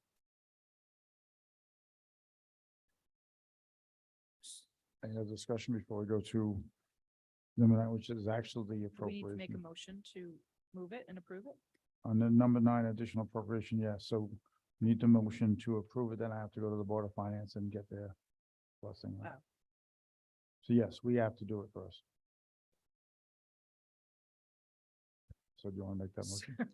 Okay. Spotting me? And I will make a motion to approve the bottle bill money in $15,695.90. And to transfer that and dedicate that to C 2.05 for the transfer station compactor upgrades from effective immediately through this complete sale of the equipment. I'll second that. Okay. Any other discussion on that? In person or online? None? Seeing none? All those in favor as approving the transfer as stated, say aye. Aye. Aye. So that'll go to the Board of Finance next week for their April 5th meeting for them to discuss and approve. Thank you. Just another huge thanks to the two of you. Thank you. Okay. Fiscal year 24 budget discussion. You need to take a break? And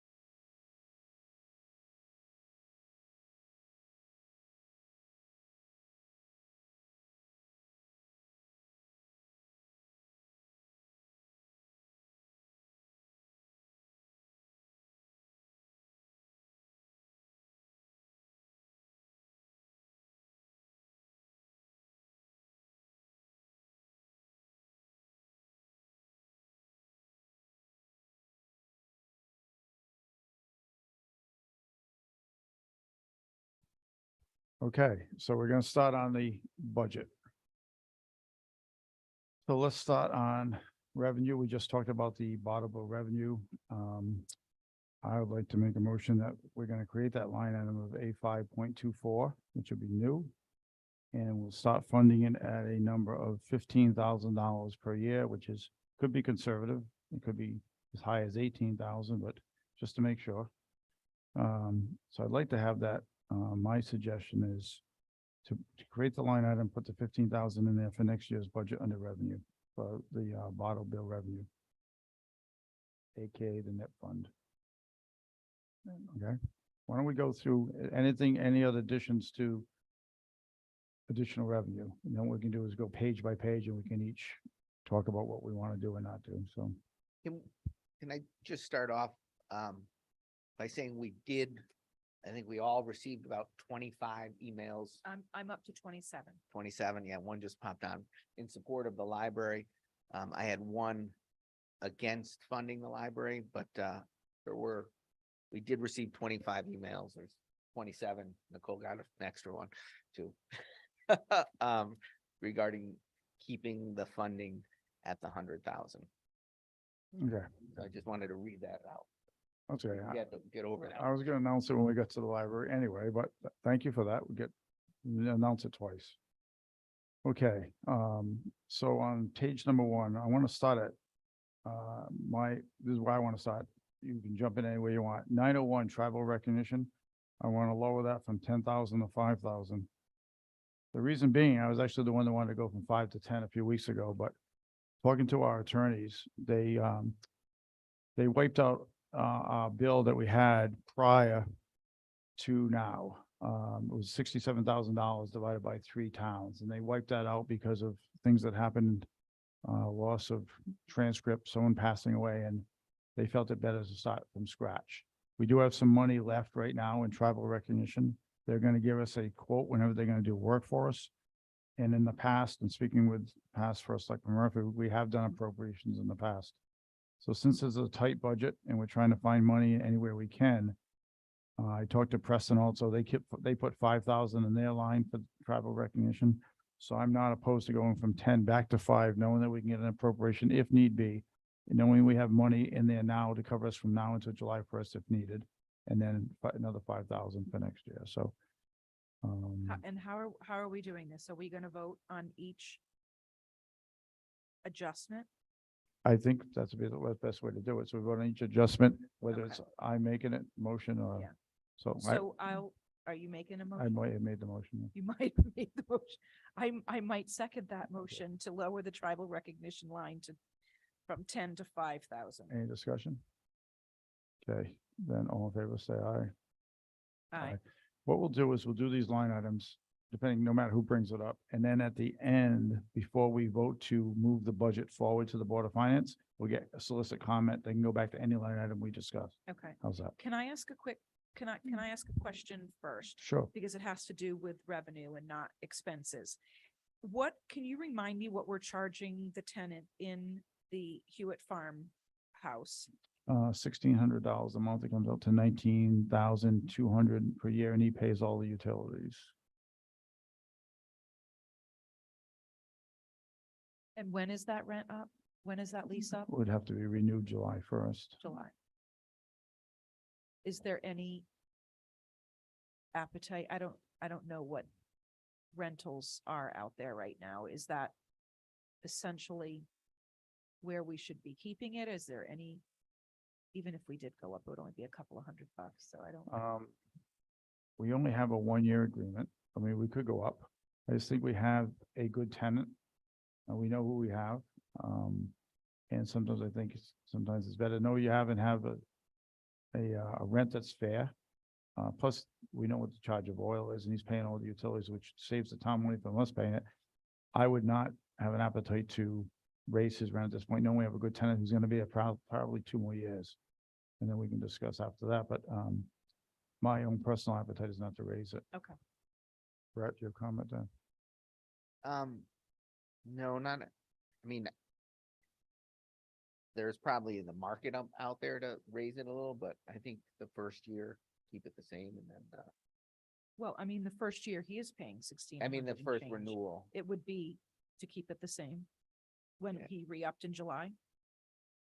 Yeah, and that's the thing, do we want to look at a multi-year lease if he was interested, and then I think we could look at an increase. I'm not sure how, because of where he works, I'm not sure how stable that is, Yeah. if he gets transferred or something, so. But I'm not opposed to looking at this again next year, Nicole, after 2 years and saying that it would make sense. All right. And so is there any other rent or town-owned property that we get rent from that we need to reevaluate as far as additional revenue before we start cutting? I don't believe so, but So we're in a 10-year at a time, multi-term agreement with the restaurant. We have a signed agreement for the 10 Hayfield. years, meaning we can't touch. Oh, no, it's all It projected out escalates for every 50 year. years, and there's increases every year. So the increase has already been Okay. factored in for the restaurant. The Hayfield lease is signed for the $501. That can't increase for the term of it. And then the Wellfield lease has to do with the consumer price index for water and is calculated every 5 or 10 years. And we just did that Okay. 2 years ago. All right. I just wanted to make sure. good thought. Okay, I've got nothing else. Should ignore it. Just like- I just had, so we went pretty conservative on the transfer stickers. We want to look at, Meaning Increasing up that more than revenue? 40? no, meaning, so if, yeah, more than 25,000, do we want to be a little more realistic of where we'll be? I'm- So we, That makes me more uncomfortable banking on revenue we might not actually get. People may decide to say, forget it, I'm not paying and just do something else. right, just looking at the history that we had the last time we did it, we were looking about 40, probably around 40,000. So your question is not what we charge for stickers, it's. No. We were conservative in the number in the budget. We were very conservative. So we have it at 625 households purchasing stickers in the budget, but do we have any sort of statistic as far as how many people are using private haulers? then we leave it conservative. Okay. Thank you. Before we move off of, I'm on page 4. What are you on? Page 4. Okay, good. Brett, do you have any, appetite for lowering both of our salaries by 1,500 to save 3,000? I mean, frankly, when I was elected, I didn't even realize that I got a salary.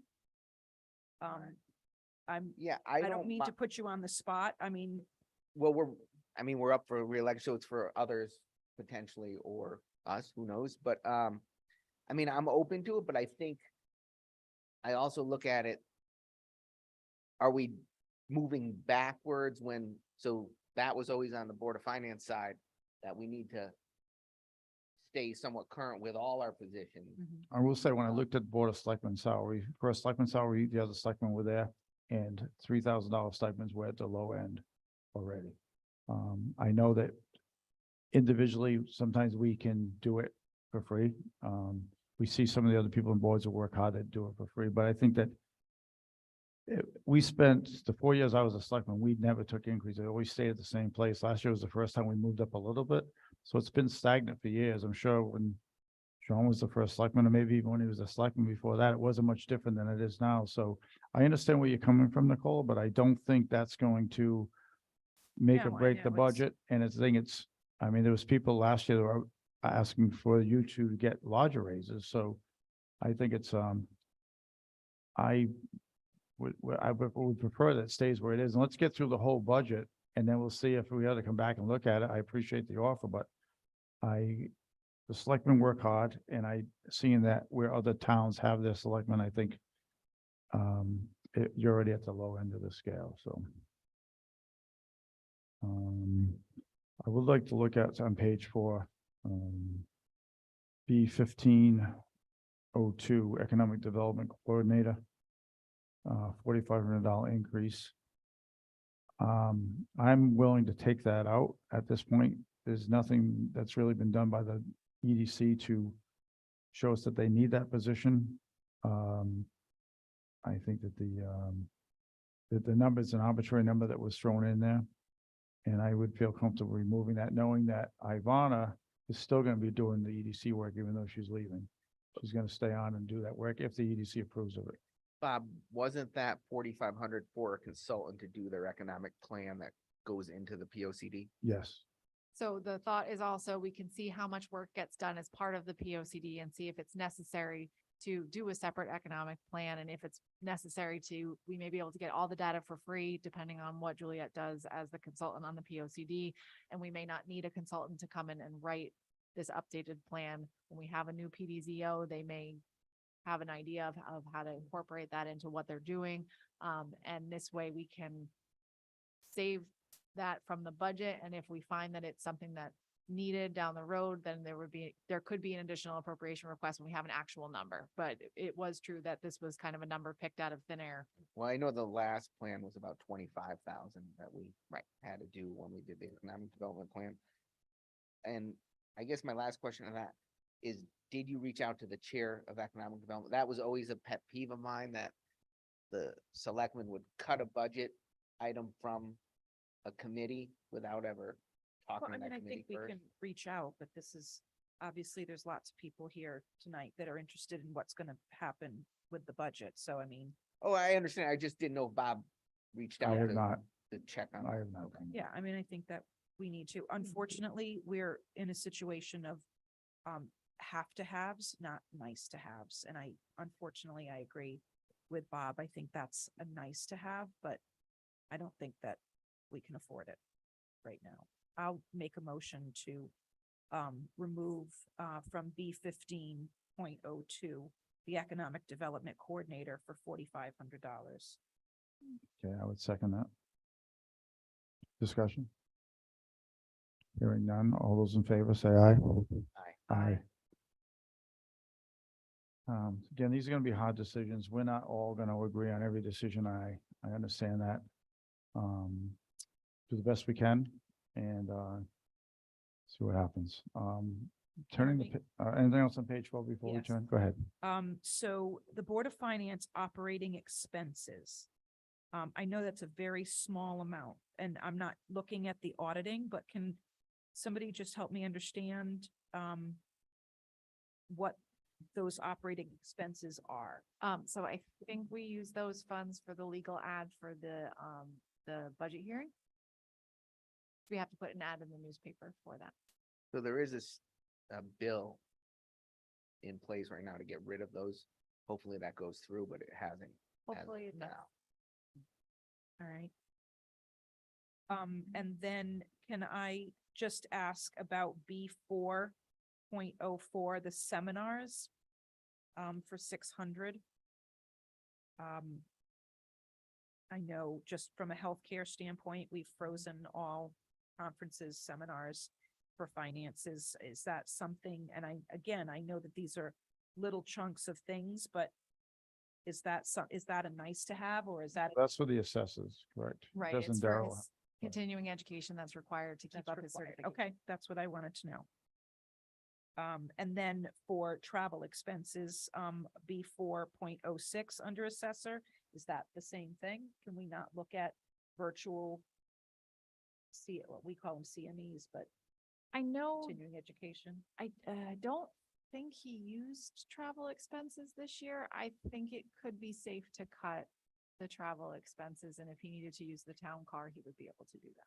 That's fine with me. All right, so I'll make a motion to remove the whopping $300 from B4.06 travel expenses under assessors.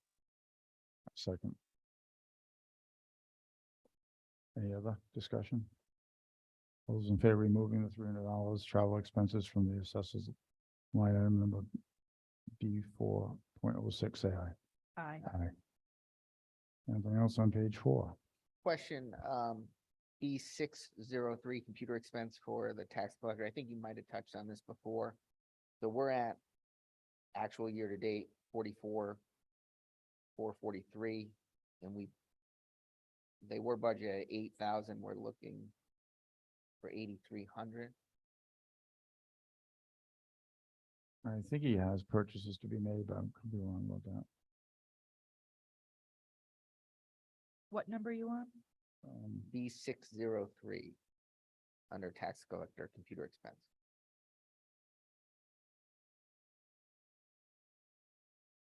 So for computer expenses, the quotes that she got from QDS was $8,300 for the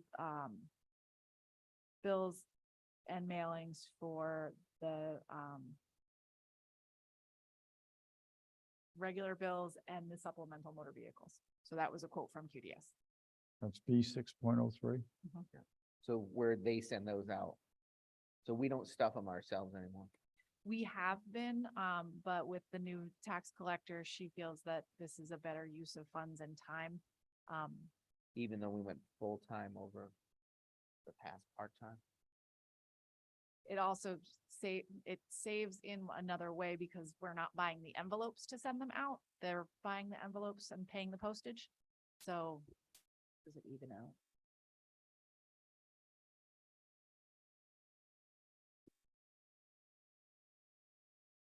Are you okay with that, Brett?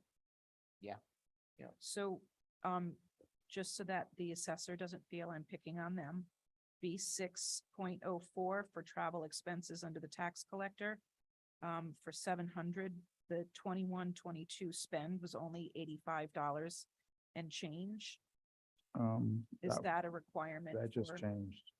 We just, yeah, so the conference that she just attended was $700, and to attend the county and state meetings and conferences to keep her certification. Okay. The prior tax collector was not certified, so that's why there was Okay. little to no expense there. All right, thank you. I think I'm done with page 4.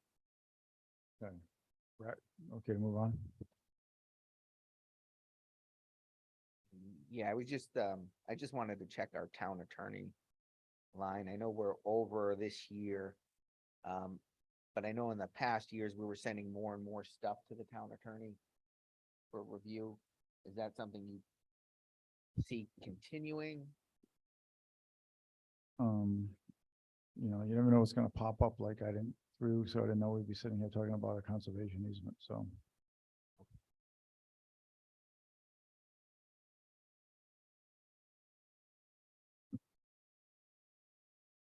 Yeah, I've got one for, B 20.05 medical insurance. I wanted to remove $27,000 from that line item. The reason being is that the one person that we have included there has not taken insurance at this point, and we don't know if they'll be taking it next year. We don't think they will be. So because of that, we can take that out of the line. We're covering in case they did, but now with circumstances that we think that she won't be doing that. So I think we can safely take that out of there. 27,000 out of B 20.05. You're I'll motion that. confident. All right, so I'll second that. discussion, Brett, How often do we look at that, the medical insurance all the time. program? And do we shop it around? Have we looked into the, like, the municipal consortium as So well? we are tied into this to have a comparable plan because of the union agreements. So we can't go into what the type of agreement that the school has. So it would be something that we would need to revisit, get at next contract negotiation. But we do have someone coming in from, I think it's DTR, late April, just to discuss, so we can see what other people are doing. Even though we might not be in a position to change, at least we get some ideas what other companies are doing.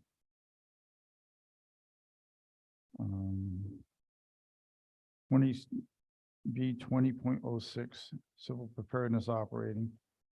I think we can take $2,200 out of that, and the reason being is we've been remiss in not getting ready for emergencies. We don't have, and we've been asked by the EMD, and now we have an assistant EMD about starting to do things like with blankets and things like that. We haven't done that. We haven't stockpiled those.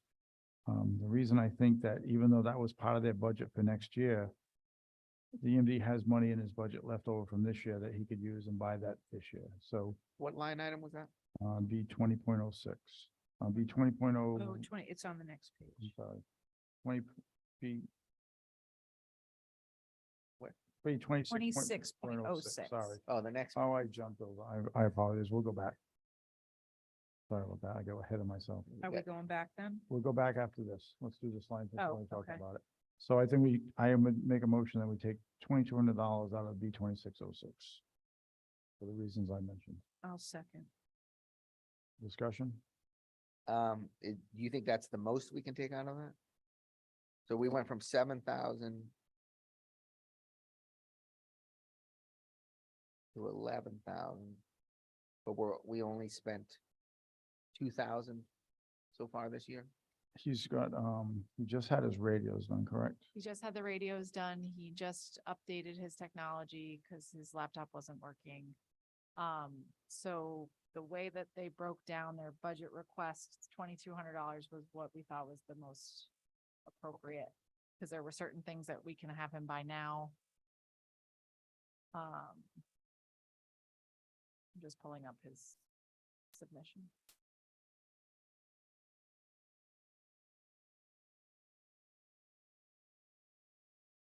So he asked for $3,000 for emergency food supplies, $450 for water collection containers, $450 for blankets, $300 for body bags, $7,000 for shelter supplies and Wi-Fi hotspot.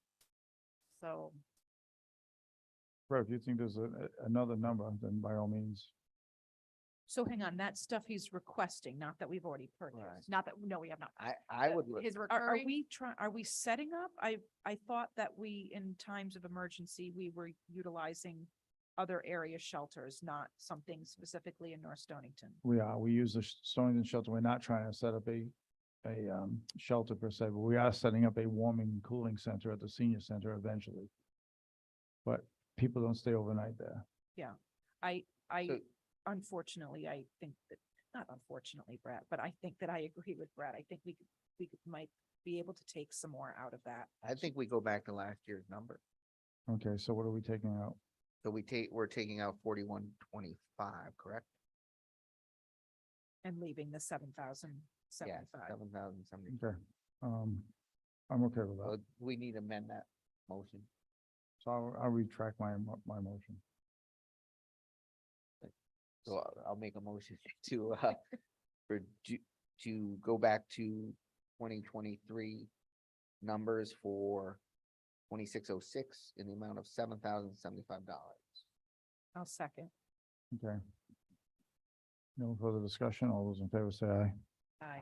Aye. Let's go back to page 5. So, B 22.03, the quarterly. I'm not necessarily making a motion right now, but I just, again, if we're thinking about nice to haves, I mean, we're talking about cutting lots of stuff. I'm just hoping that we can maybe revisit. And I know that I was the one that had voted not to move to ads, but that's $2,500 increase. And go ahead. We are asking volunteers to do this. So if, I understand it's an increased cost, Yeah. but if we're asking them to take their time and get all this information from all of the departments in town and put everything together, if they're not comfortable doing it that way, then you either have to be okay with them no longer doing it and finding new volunteers to work on the project, or go the way that makes them most comfortable. So I would love to revisit the school and having some type of a graphic arts class or something, go back to that.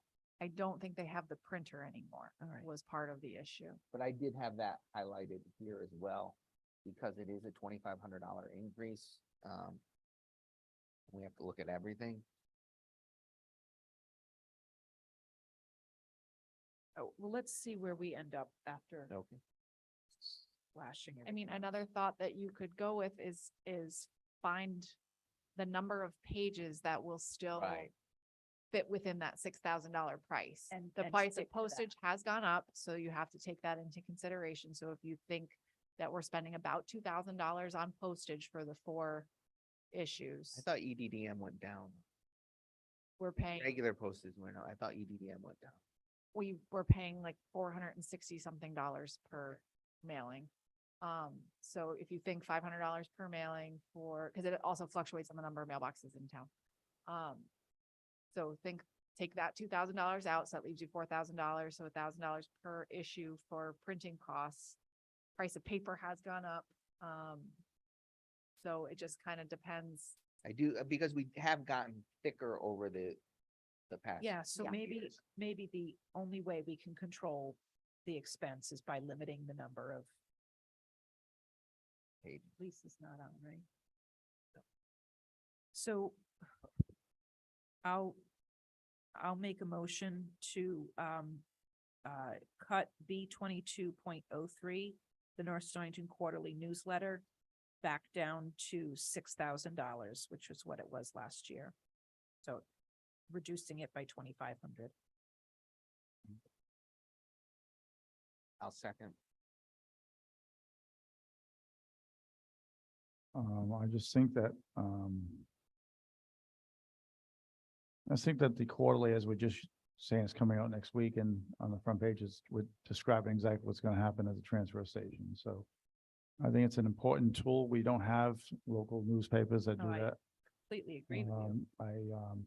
I mean, if there's a way we can cut the cost with the thickness of the paper, or cut down pages and maybe limit the number of, maybe we should just limit to town boards and committees and not as many entries. I'm not sure, but, as Christine says, if you get volunteers doing it, unless you want to take it away and go through a private company and do it with ads like we could have done with the company that presented to us. I think as long as they're doing it, it's almost like we have to do it their way. So we're not paying them to do it. So that's the labor that we save on that. I'm uncomfortable with the decrease, but I think I'd rather leave it alone and go to see where we're at the end. But if you want, we can vote at this point. I just can't support it at this point. But why don't we vote? All those in favor of the motion as made to drop the quarterly newsletter from 8,500 back down to 6,000, say aye. Aye. Aye. Nay, one, nay. Thanks. Okay, next. Anything else on page 5? Yeah. I- Go ahead. I was looking at TBCCA Yeah, so as much as to I, go back to where they were.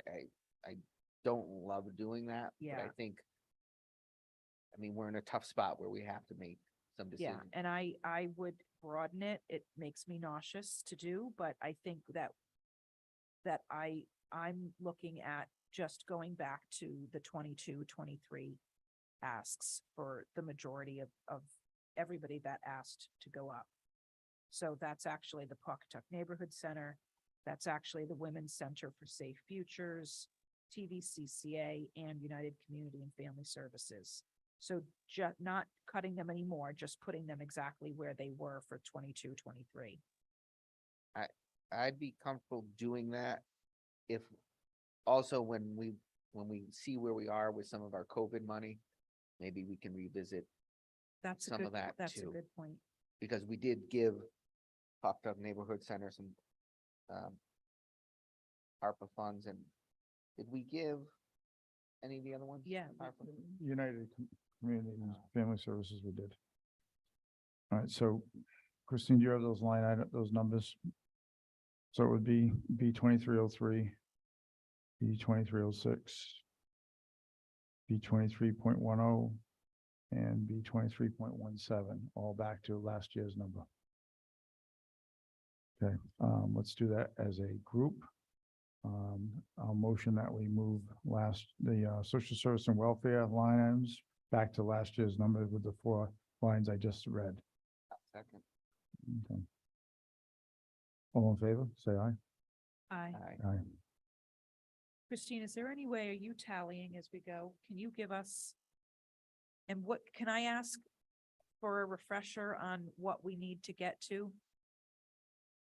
In order to be, what did we talk about? A third or, Board of Finance asked us to go to 320,000 total between the two. say that again? $320,000 between the two boards. And they recommended that the Board of Ed will change theirs by 70% and we were 30%. 2/3 and 1/3. So it was 70 and 30. 2/3 and 1/3. I went back and watched the You meeting. did. And I think that's a reduction of 3751, Carl, on those lines.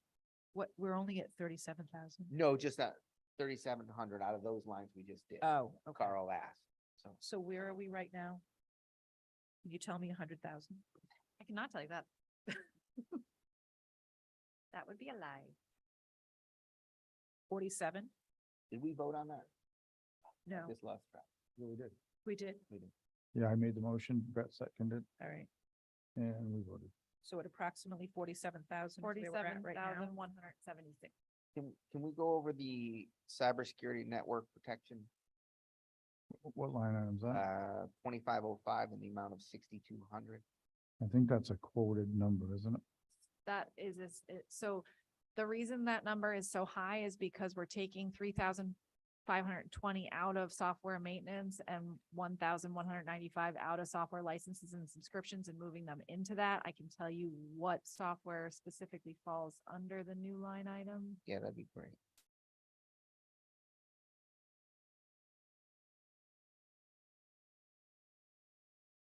So, included in that is, Sophos Fish Threat Software, Sophos MDR Complete, and User Lock Software. And those are all essential. Yes. And then 2501, the office expenses. Yeah, I wanted to. That, Oh, that wait, is- ink's going under there, that's right? Okay. toner, that's, keyboards, that's, flash drives, anything, anything that is consumable for, IT. And that was in a different area was in before. It was in capital. Okay, Oh, okay. so it's not really a $3,000 increase. It's a movement from capital Okay, to thank you. operating. All right, I just want to clarify. I remember that now. Anything else on page 5?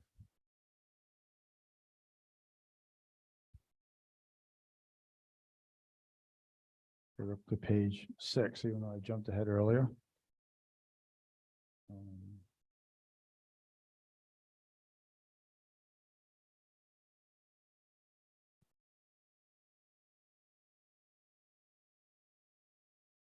Christine, do you have it, for the volunteer fire company, that 18,950, what was that contributed to? I'm trying to look for my backup on it. Is that their main line? B Yeah. 26.01. 2601.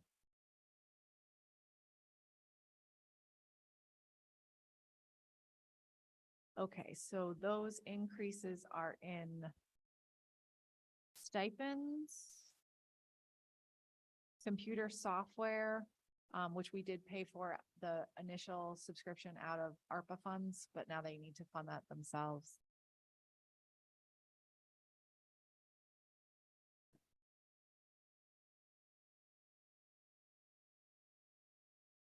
And SCBA bottle replacement. So the air cans. Air.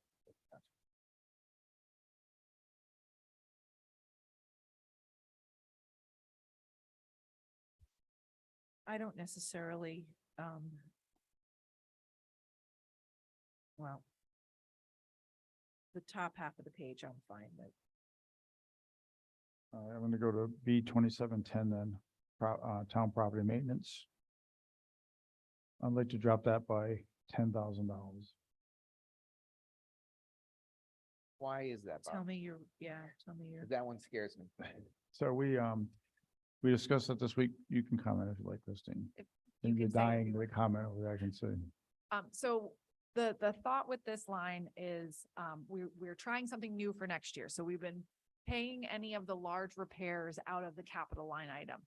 And it was pointed out to us by prior administrations that, that's not what the capital line is for. Capital line is for designated projects. So we wanted to move more money into this line item so that we could handle the larger repairs on any of the town-owned buildings out of this line item. So we are comfortable funding this at 20,000 for next year because this is the first time we're trying to implement this new plan. If something very large happens that needs to be repaired, then we will need to come for an additional appropriation, but that would be something unplanned. So anything unplanned, you can't plan for in a budget. Any of the small repairs that need to happen already come out of line items for those buildings. So we have a line item for the Center for Emergency Services. We have a little bit of money in the rec center operating if anything breaks in that building. So this line item is meant for anything that breaks. So we It's are, not made for maintenance, so painting. this line item is for repairs, Well, And what I do mean, you- that would, so repairs of like pipes. boards that need to be replaced on exterior parts of buildings. Things like that. Furnaces. So I worry about that with this building, not having enough in our maintenance items, especially now we have a tenant. So we have to keep things a little different when you have a tenant than, when you can let things slide a little bit when it's your own building. I really get nervous that even, so you want to drop it to $20,000? From 30 to 20, because look where it was the previous year. I understand, but But we were taking out of capital, right? Yes, when things broke. and that has nothing, yeah. But I think 20 still gives us a good buffer. Do we have any idea what the spend would have been if we hadn't used capital? I mean, I look at the outside of this building and I get nervous. Yeah. You're no, I talking know. major things when you talk. No, about the I'm not buffer. talking major things. I'm talking about the warping of all the boards on the outside trim here and things like that. If you walk around and look, or any kind of anything we need to do near the tunnel, I know that's, I know you shake your head, but it's still something that That's we have not, to look at. that to me, anything $5,000 or more is not designed to come out of this account.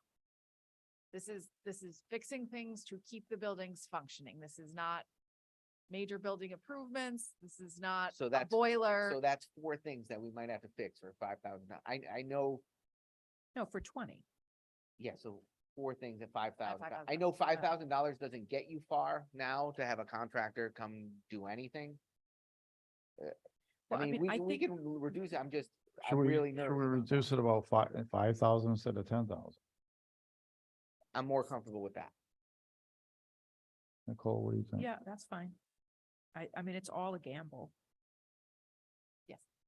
And we also said to the public that we don't want to come for appropriations and mislead them by giving them a low budget, then have appropriations all day long. So That's the position we're being put in now. So who made that motion? okay, so, We didn't make. we didn't do it yet. make- So I'll make a motion that, we take $5,000 from line B 2710 town property maintenance. I'll second. Okay, all those in favor, say aye. I, Aye. Aye.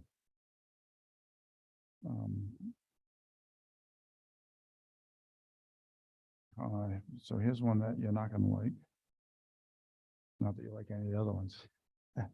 Contractual services, B 27.26. We actually have to add 25,000 to that line item because of the letter we just got from Kinsella. And there's not a lot we can do about it. So I motion that we raise B 27.26 contractual services from 22,000 to 47,000. I'll second. Discussion. It just, yeah, it is. you know, what we're it is. kind of at the mercy of one company. And it seems like all the hard work we just did on the first two know. pages, we just, I know. It's, all right, all those in favor say aye. Aye. Aye. More reason to try to get our self-sufficient transfer station Yeah. going. so Christine, where are we right now?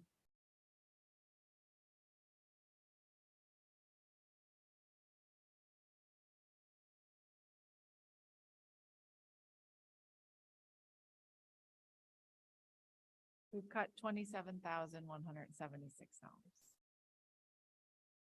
You haven't got to capital yet. We're saving that for last, but. All right, so let's, we all know that we got a lot of emails today. The next line up is 0.30.03, the Wheel Library. So my comment on this, and Brett mentioned, we got a lot of emails, and I think we've all demonstrated in the past how much we appreciate the library. And we also know the tough time we're in with this budget. However, because of the emails we received today, and because of the many public comments, which I'll show, we're gonna get more before the evening's over. I think we owe it to the library to give them a healthy increase over last year. If you don't count the fire company, which is a private entity, the second largest increase in this budget will be the Wheel Library. And my opinion is that we raised the Wheel Library from their 65,000 last year to 85,000 this year. And again, a private entity with the second largest increase in the budget. I can't imagine we would cut them any lower than that. Instead of using the word cutting them lower, we're actually adding 20,000 to last year's budget. And as important as they are, and I think we're showing that by making the second largest increase in our budget after the fire station, puts them ahead of everybody else in this budget. And I guess we'll comment before a motion's made. Nicole or Brett? So I think that we are, I think that the Board of Finance and us are doing the people of the town a disservice. I think that we are not, we have heard loud and clear that this is important to people. And in the past, we've listened plenty to residents that don't want to have their taxes increased, but we are clearly hearing that this is important to them. And I'm not comfortable with that, unfortunately. And that my emotion is not directed at you. I'm frustrated with the process. I would have hoped that we could have put a budget in front of the town that maintained things that were clearly important to them. But we're not, we're in this situation. I am not comfortable right now. Although I'm super disheartened by the fact that we've just spent the last half hour cutting and we're at 25,000. So I'm not quite sure where it's gonna come from, but Would you like to Um, go through the budget and come back to that particular line? sure. How about that? Was that okay with you, I'm Brett? okay with that. And yeah, I agree. It's not something I want to do, but I think let's go through the rest and see where we're at. I mean, I don't like cutting the social services either, so we're in a tough spot and maybe we can make up for it somewhere. Okay, so we'll come back to that. Can I, so B30.00, the cemeteries, I mean, again, nice to have, $8,000, like what is that entailing? Pretty much, we have more cemeteries per square mile than Yep. anybody else in the state. It's mowing, maintaining, fixing walls, restoring cemeteries. When they came last year, I made the point to raise them from 7,000 to 8,000. I said, it's funny, these people that have passed away, they're in our cemeteries, gave their lives, and some in the service, some not, but for the town. And now we're disrespecting them for letting all these stones be overgrown and knocked over and not fixed. So, we put flags out on Memorial Day, we put flags out on Veterans Day, and Is it our town, is it the highway department that, no, it's Ma- we have a cemeteries commission that does that. And last year, didn't they go, so we had that lower and I think they went to the Board of Finance and asked to be higher. Yeah, they went from 7,000 to And the 8,000 Board of last year. Finance. And approved a it. lot of their efforts are in restoration of stone. So if a stone's been knocked over and broken, they'll put it back, fix it and stand it back up again. So, I mean, it's easy to, there's no one there to fight that basically. So, except for the cemetery commission, I think that for the amount of work they're doing, it's important to take care of those that were here before us. Just my thought on that, but. Okay. I can, if you want to cut it. no, I'm all right right now. I mean, I would lower it 1,000, but at this point, what is 1,000 gonna get us? So I'll Bring us to just leave it for now. 28,000. Huh? Bring us to 28. All right, anything else on page? I think Six. just so you know, in 2019, 2020, they were 10,000 up for cemeteries. Yeah, when So they were they cut had- already. They had a different chairperson, and when he was no longer able to be the chair, they kind of fell a little dormant. Now they've hit their stride as far as having a cycle of what they're maintaining at what points. They just got the invoice for the flags, so that's almost $900, just the flags, because the sheer number of veterans that we have in our cemetery. And then the weed control, that's something we have to do every year. And I know if you listen to the Selectmen or Board of Finance meetings last year or 2 years ago, you would think it was the biggest problem we had in town because we had so many people call in to support the weed control.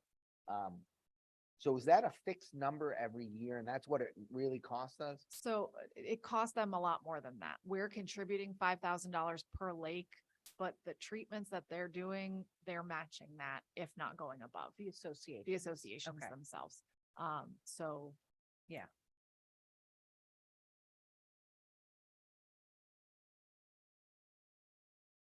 Anything else on page 6 before we go to capital?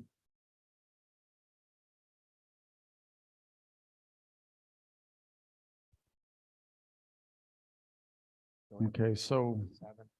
on capital, Anything on page 7? oh, excuse me, page 7, sorry.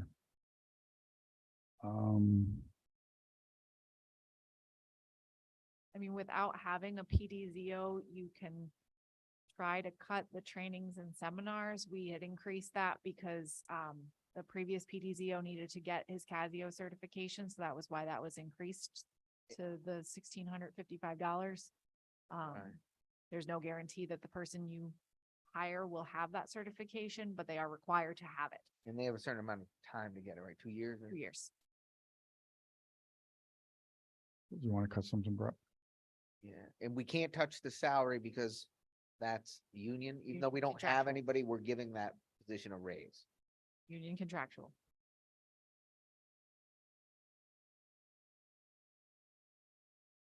Doesn't matter what the years of experience is? There are 3 steps in that, Okay. but we can't guarantee that someone coming Yeah, in won't so have that's at the experience. max step, okay. In the contracted consulting, That's the, gentleman we brought in as the water and sewer expert that we brought in last year. And then he, oh, that's the annals I'm talking about. Never mind, I'm sorry. Wrong No, line. planning and zoning has in their budget for contracted consulting in case they need someone to come in, help them with the regs or any special projects. It just depends what they're working on at that time. If something comes up through the P O C D that needs to be evaluated, that's where that would come from. so we have 25 and we've only spent 875 so far. Well, this that year. was the actual for 21, 22, right? Oh, um, yeah. Without having a PVZO or having the chair of planning and zoning here, I don't know enough. If you want to cut it, we can cut it and they can come ask. I'm just gonna think look we in the past years too. I think it just depends what projects are happening.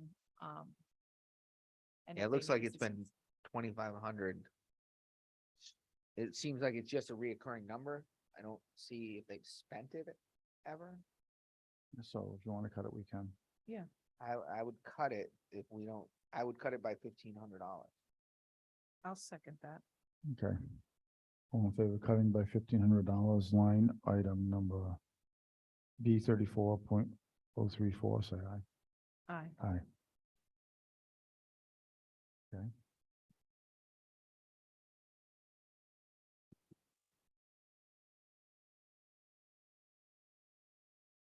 I would also motion to to cut the training and seminars. And I think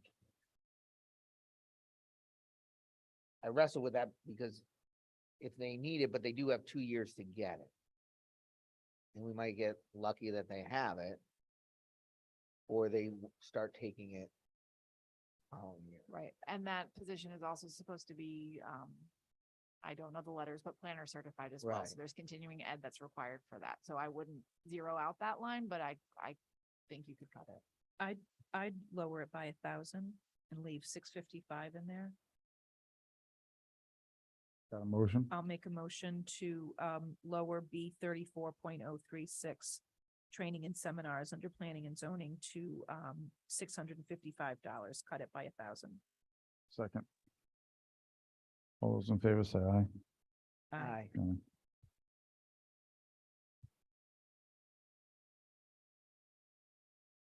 I don't necessarily have anything else on 7. Okay.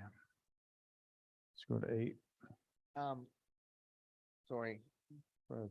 on the Affordable Housing Committee. I know they upped it to 1,000 and it was kind of like an arbitrary ask. They spent 277 last budget. They were approved for 500 this year. How much, do you know how much they've spent so far? I mean, we're talking little dollars here when it, Yeah, we have to get a lot of. So little what do you want to dollars drop in. them down to 500, Brett? that's what I would Yeah. suggest too. I'll make a motion to drop them down to 500. You second I'll that, Nicole? Yeah, second. Okay. All those in favor say aye. Aye. Aye. They spent 153.87. All right, I feel I, better I'm with that. comfortable with that. decision. Capital. And here we are at capital. So I'll make a motion. That'll raise that 27,000 euros Nicole, fairly quickly. I'll make a motion that we eliminate C 2.04 front end loader from this year's budget. It's $1,000, $100,000. Now, that was half of what we were talking about. So do we have new news that we don't need it? No, there's no new news. They're still gonna need it. They can't buy it till next year anyway, so it's only supporting half of it in this year's budget, so. So I'd hate to cut it completely. Because the plan, I so- mean, So if you put- listen to Board of Finance, that was one thing. They don't want us to hit capital. Now, I know that's where we can make up the most.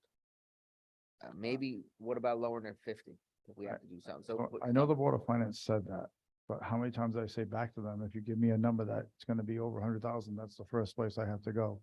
Tonight it's the last place we went. So But- then maybe we do the best we can. And we send it back to them and say, this is what we can do. So you have reduced the budget by $30,176, but you also added 15,000 in revenue.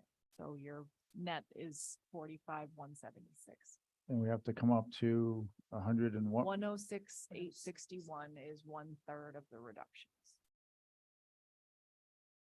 I don't know what the $50,000 is gonna save us that much. I mean, if it's 207,000 and so $50,000 this year, it's still gonna cost us 157 next year, right?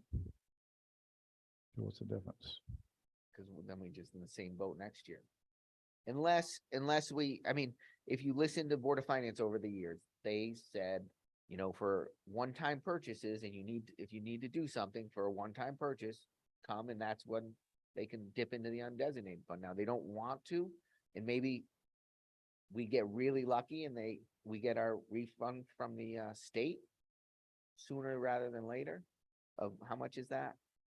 It's like 8 something. We borrowed from the undesignated fund 1.1 million. 1.1. And we're at what with the undesignated right now? 2 point, 2.39. So I know, Carl, you're here, and I know that Paul and Gary are on the call, whether they're still able to, can I just ask a question, a clarifying question? So I heard in the Board of Finance meeting that you wanted to see what it would look like if we cut what you guys asked. I heard you especially, Carl, say, you know, you kind of wanted to see what it looks like. I'm just looking for some guidance. If Paul and Gary, and I know, Carl, you're here in the audience, if you guys are listening and able to comment for us as far as, do you want us to put a budget forward with our full cut, or do you want us to put forward what would end up being cut, so you can review it and look at it and have further discussion? B.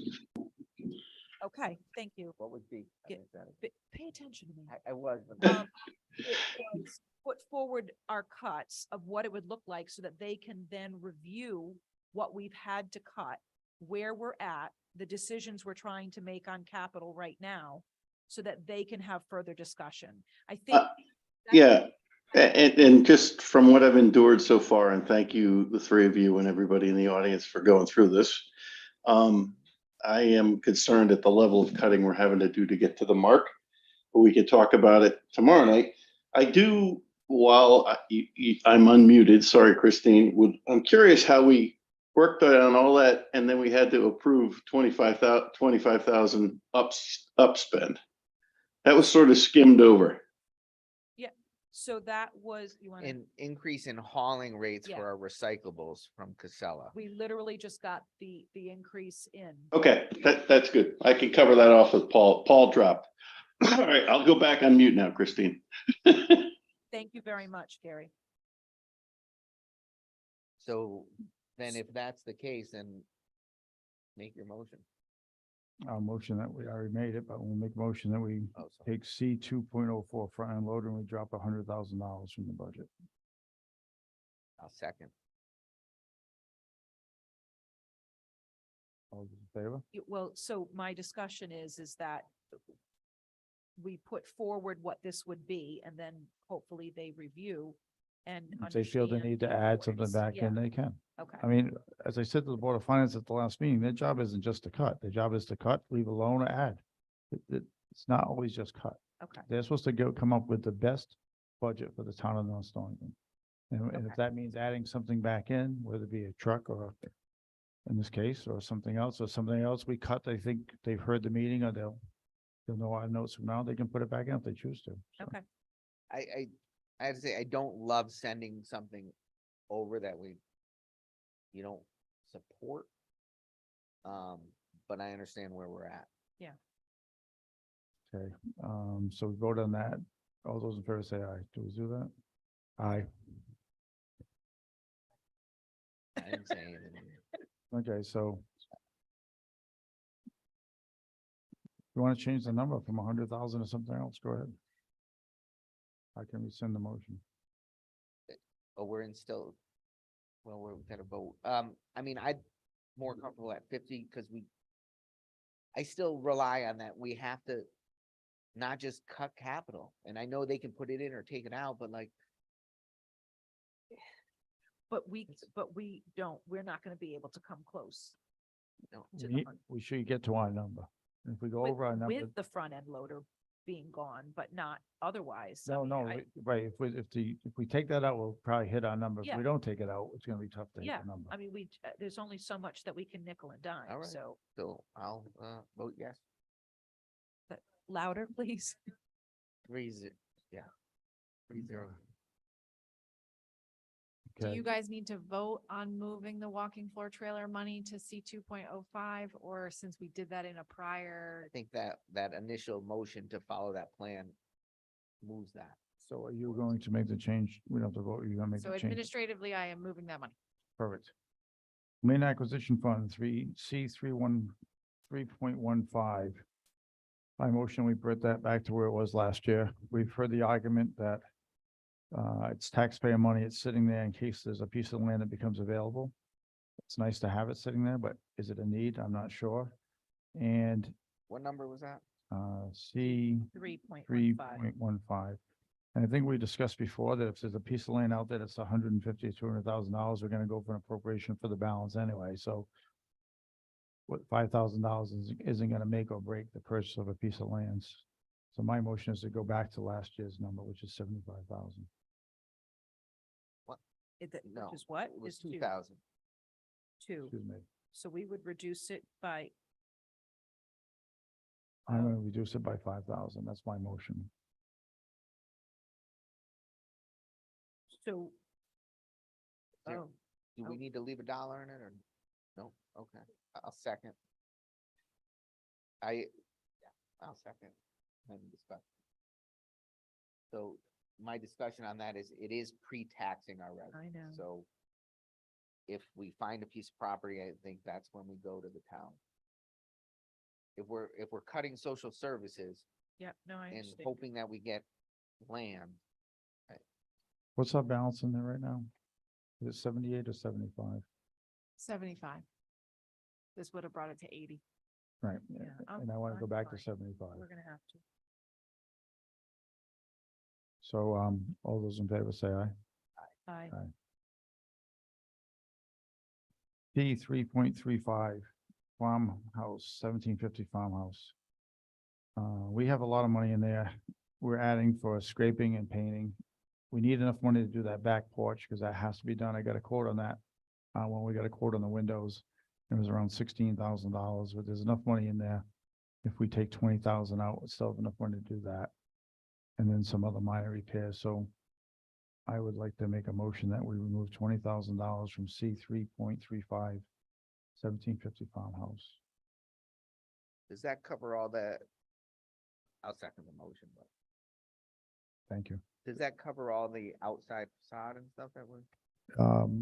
All the trim around the windows was already done when we did the windows. That was done then. No, sorry, the front entrance is what I'm talking about, The, or the side entrance. yeah, whatever that is, that whole porch, that covers, more than covers that to be all totally. Okay. And repaired. painting. No, Not no the painting. painting and This would scraping. just be the side porch.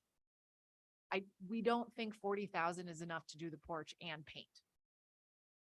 So So I worry that we do have a tenant in there and like, you can't let it go. we would do it the following year is the plan.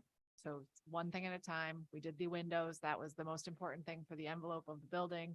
We'll fix the porch because that's a safety concern in 24, and then in 25 we paint.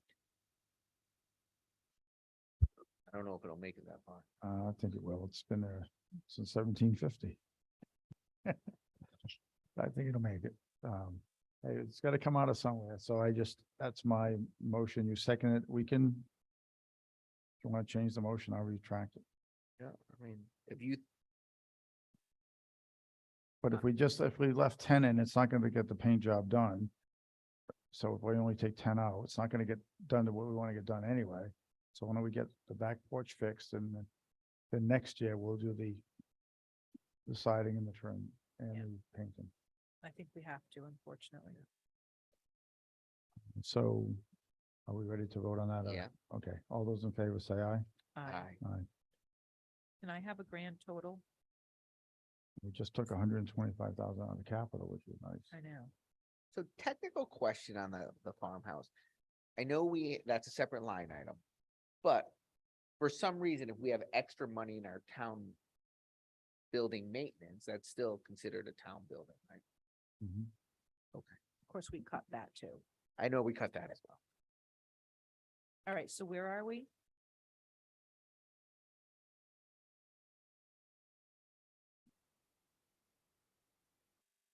Okay, so you've reduced the budget by $155,176 and you've added $15,000 in revenue. Okay. Before we go back to the Whale Library, we should leave one more thing to do. We can go back to B100.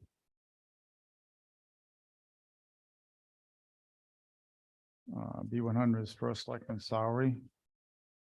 I'm looking for a line item transfer of funds, not adding or subtracting from the budget. I want to take $2,500 out of B100 and move it to B1.04 accounting generalist. Just that we looked at neighboring towns that we talked about. And this was probably the toughest one to justify, so we didn't. We had a 10% increase in two spots, 15% in the first selectman spot and 5% in this spot. After we made that and having further discussions and trying to really equate what that position does in our town compared to what that position does in our town was really tough to qualify how that works. So I know that the position we've asked to do a lot. I know that there's not 100% agreement on this on our board, but I would feel more comfortable at this point to move 2,500 out of B100 to B1.04. That's my motion. You're a good man, Bob Carlson. I would second that. Discussion. I'm not in favor of this, and it's nothing for that position, other than our task was to look at the job classifications, titles, what they do, and compare them to like town, which we did. And we voted on this based on that information. So that range that was 42 to $54,000 a year. Right now, that position's at 62,537. Since 2019, that position's already gotten a 20% increase in that wage. And I know a few things have been added, but it's 20% from 2019 for a position in town hall. What's that say to our other town employees? What's it do to the morale for the rest of them? That I understand they're in a union contract, but they got 2.75%. I think we're setting a bad precedent by doing that. And if we're looking at positions, that one is at the higher than the range that we looked at. And Bob, the first selectman salary, you're one of that position's one of the lowest in Connecticut.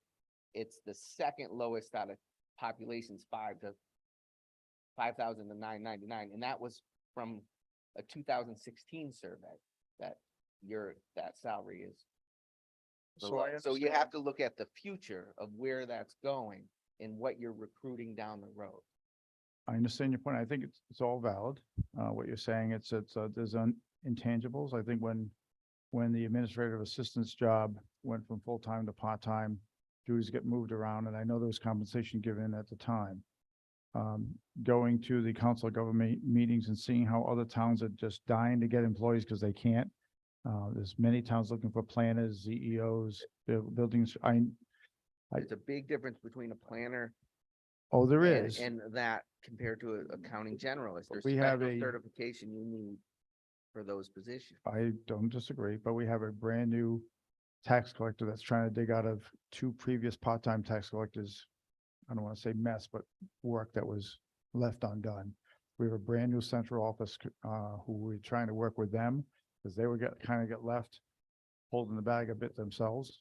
So this position is so important to the town right now, and I can't imagine if it did vacate, where we'd be. Now, we could go out and find someone that could do an accounting position for quite a bit less, but all the other duties that are tough to measure. But that's why we're at $12,000 more already. And I feel important enough about this that I'm willing to transfer that money from my salary. Right, but it's actually I know it's not, next person's salary, your salary, but it's down the road, and they reduced that already, but our goal here was to look at jobs within the town and what those roles should be paid. And we're gonna take one role that's already higher than the range. But I and thought that move it it. wasn't apples to apples, though. So the ones I've looked at, they didn't all have assistants, or it was one person in bookkeeping. So, but we know there's other positions that are still lower than the range. So we're making one much higher than the range. And it's other positions in town hall that are lower than the range that we're and we're we're doing trying that. to adjust those, and that's what we're doing. We're adjusting the town clerk and the admin finance director's position. I just think if you're gonna cut the first selectman's salary as we're going through this, then you cut it, but we shouldn't move it to a place that's already paid with the increase that we're giving, that we voted on last time of 5%, still higher than others. We're cutting social services. We're talking about cutting the library, yet we want to make So a position. we don't have a higher. bench at town hall. We have one person that does each thing. If you lose one of those people, as we know right now in the planning office, there's no one there. So So Bob, I worry that if we're talking about someone's performance, then that's a I'm not performance talking about review. that. I'm talking about the position. We have one person in each position. It's not like we have the person and assistants and another assistant. We have one person in every position. If you lose one, it creates a big gaping hole, as we're seeing now in the land use office. I understand, and that's why we looked at positions in other towns and how those ranges. We do, but also I like to look at what that hole means in North Stonington. And right now, that hole would be a gaping hole for North Stonington's town hall. I just don't know how we would, with a brand new central office and a new tax, I don't know how we would fill that hole. And if we did hire someone that can just do accounting, that'd be great, but I don't know how fast that person can get up to speed. So I guess it's hard to have this discussion when our range is higher. So I don't know why we're worried about losing someone or a position when that range is higher than any other Well, municipality. if we lose a around. non-union person, we don't have to hire someone at that same number. But we wouldn't. We are bringing an accounting person. It's gonna be quite a bit lower than this if that's all they're doing is accounting. So I know we're not gonna agree on this. I just think it's the wrong way of managing this issue. But that's my take. You guys No, can I vote. understand totally. I understand where you're coming from, and I respect your point. We can, as I said, if we all agreed on everything, we'd be an unhealthy board, right? We need to disagree sometimes. But if we're looking to reduce things, you're reducing I'm not- something you're looking to reduce something that's lower than anywhere else in the state, other than one that I found here. But I Of think the it's, first selectman salary, but yet you're gonna, in this particular case, do I an think increase. helps the overall good. Just again, so it's my opinion. We can vote on it unless you want to discuss some more. I don't think we're gonna get anywhere with it, but. like I said, I really worry about what examples you're setting for the rest of the town employees. Well, so- a lot of those are union though, right? So we don't have any control over that. There's quite a few that are union, but there's other ones, like I said, our registrars of voters are under And they the- did get the an average. increase. I think when I looked at that, and you go into a different position, but when I saw those, were you dividing those numbers by two? Because a lot of times when it was a town that said 9,500 to 10,500, that was for two. Yeah, no, I was looking at, Okay. yeah, every town has. But there is an increase for the registrars in here. Right, to slowly get them to where they need to be, because we didn't want to make that jump in one. So I don't know if I'd equate a registrar who works X number of hours a week with a full-time accounting generalist. But- Okay. Any further discussion? Okay. All those in favor say aye. Aye. Opposed? Aye. Okay, and then, in all fairness, Brett, I think that it should be noted that you said no. Okay, So so let's go to the library. we've met our goal, have we not? We've met our goal. We've exceeded the goal. We're gonna put, I think that you guys know where I stand. Would like to keep it where it's at. So make a motion. Where? Well, do we what have to are make their- a motion What if is we're our not budget getting right any? now? You don't need to make a motion. Yeah. Okay, so right now the government operating number is $5,543,632, which is an increase of $224,271, 4.22%. Capital is $415,420, which is an increase of $6,765, 1.66% increase. The overall increase in the budget, which includes Board of Ed's previous number, is $991,844, which is a 4.58% increase. So the total of those four is $22,630,276. I can repeat any of that. What was that cut? What was our number tonight that we actually cut out of the budget?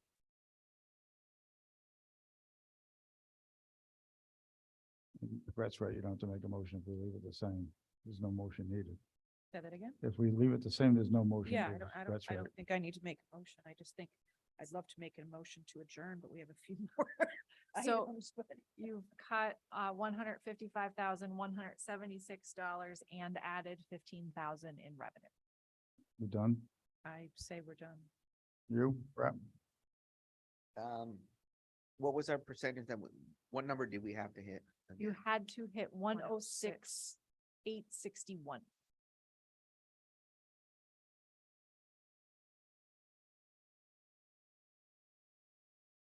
You have cut almost half of what was asked. Because half was 160. Yeah, so we've actually helped the Board of Ed. Yes. Well, I think our goal is to do what we can to help, because when you look at the overall picture, you know, if we can work on something that helps them save the paras that are so important, or the social services, social worker, then that's important, but I looks like we did. So right The, now, I do have to, you brought up the library. I do wrestle with that. And I know you guys are all here, but I wrestle that we did cut our social services and things like that. And we gave such a big increase to one organization. But I That's don't tough. consider it's not we. Like we represent the town. And, you know, I have just heard loud and clear. I don't think that the residents want us to. And if they do, and it fails, the budget fails, then we have to go back and make some tougher choices. But right now, we're not even allowing the town to vote on something that they clearly support. Or Well, at I least agree. a Based good on the amount of them. feedback we have. Yes, And I will say, over these years, I know that could be somewhat skewed, so we got a lot of emails today, which are great, and I feel comfortable voting on this how it is now. And then that town meeting, that's another story, and I hope that support continues through the vote. we'll need it. Yeah, Because we will need it at the budget hearing needs for it. sure. It is hard to say cut something that we've gotten so much correspondence in it. Now, I know the the library sent out an email asking for people to send support, and I understand that, and the school will do it to their group, or they'll have the PTO send out. So sometimes it's not fully representative of the full picture that you hear at town meeting, but I think based on today, this is where we're at, I guess. So I think before we vote to take this budget as a decided right now and send it to the Board of Finance, we said we'd open up for comment. Correct? So if there's anyone that has comment before we vote as a board to send this budget to the Board of Finance as amended, please speak, raise your hand, come to the podium. Anybody's still awake, please. Anybody online that wants to speak? Yeah, I would, but I can't find my hand to raise. We can hear you though, Pat. Okay. Well, I'd just like to compare, I mean, everybody in the town hall works hard, but I don't think anybody works harder right now than Cheryl in the zoning office. Our secretary, she also not only does probably the planner's work, not the planner, but she's wearing many hats right now, covering while we don't have a planner, and she also works, you know, giving permits for the building, permitting process. She's getting pulled in all kinds of directions, and yet she's only getting the union way raise. I just don't think it's fair. But Pat, we don't have any control over that. I know, but it doesn't look good that, you know, she only got the 2% and people in the town hall are going to get what, 10% or 5%, whatever they are. What's going to happen when you come to contract negotiations next? They're going to say, we want 10, 20% too? Oh, good point, Pat, understood. Anything else, Pat? No, not right now. All right, thank you. Anybody But- else in line want to talk about the You budget? have more, but I don't think you've cut enough. Thank you. Thank you. Any other comments from in person or online? Christine, you see any other hands? See anything.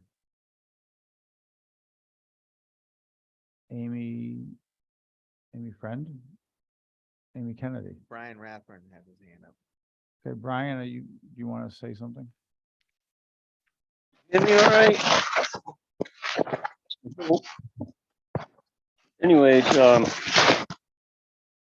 I think I'm unmuted. It's been hard trying to hear you. I tried to follow along the best I could. I'm not sure. I think you're taking a vote now, are you, on something? Well, we're going to take the vote to take this budget as amended and send it to the Board of Finance tomorrow evening, but I said I would have people comment prior to us taking that vote in case it's something that let's go back and look at. Well, there's a couple of them I didn't know if you had done anything with. I think one of them was B23.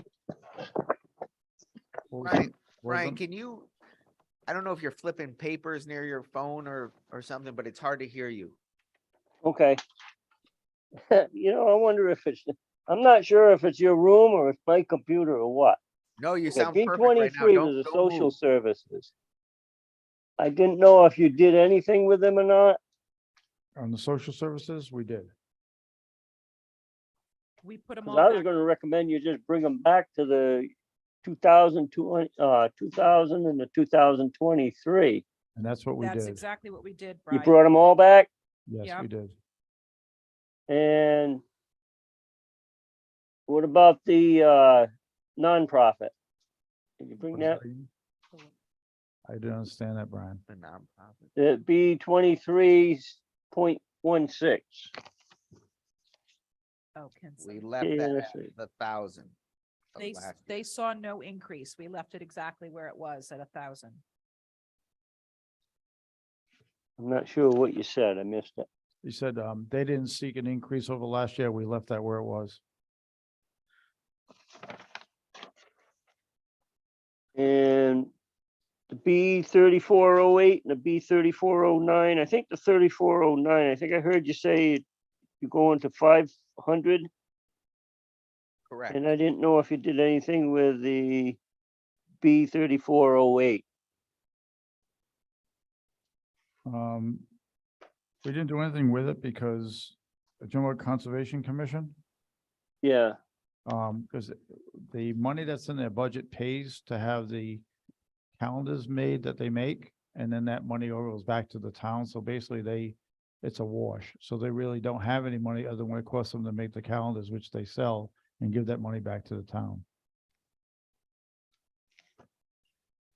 They really don't. have I anything. thought I saw in here where they returned 1,200 of it. They return money as they sell the calendars, so. All right, and the land acquisition fund, I think you did something with that. I thought I heard you say, We went back to last let's see, year's that would be number, which was- number, We took 5,000 out of that, Brian. I got it written here somewhere. Land, 3.15. You wouldn't, so you're still adding to them then? No, we didn't add. No, we took, actually, instead of adding 2, we took out 5. On C 3. Well, the paper I got says physical year 2022-23 was 2,000. Right, Right, that's went what was lower. approved. It gets added, so that brought them up to 75,000 overall. And this year they're asking for 5,000, which was a $3,000 increase over last year's ask. And we dropped it $5,000. So we're not, the money that's in that fund now is staying there at 75,000. We're not adding anything to it. Well, that seems like a fund that can be added to later on if needed be, but I thought that was a good spot to take and, add to our so-called savings. No, I think that was the conversation we had, Brian, so you ran on that one. All right. Well, anyways, and by the way, will I be able to get, the changes that you made?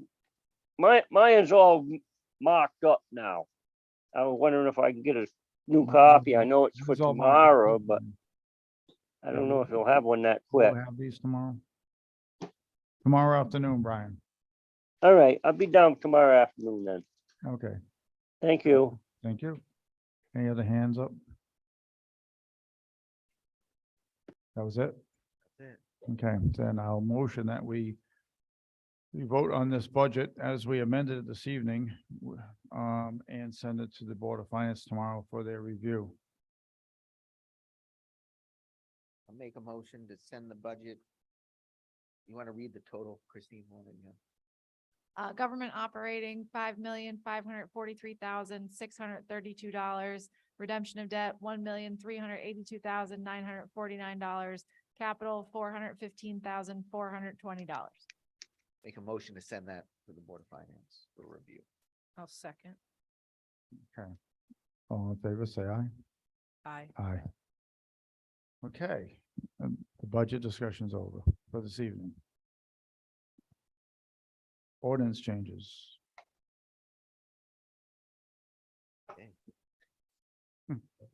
So included in your packet were some draft ordinances.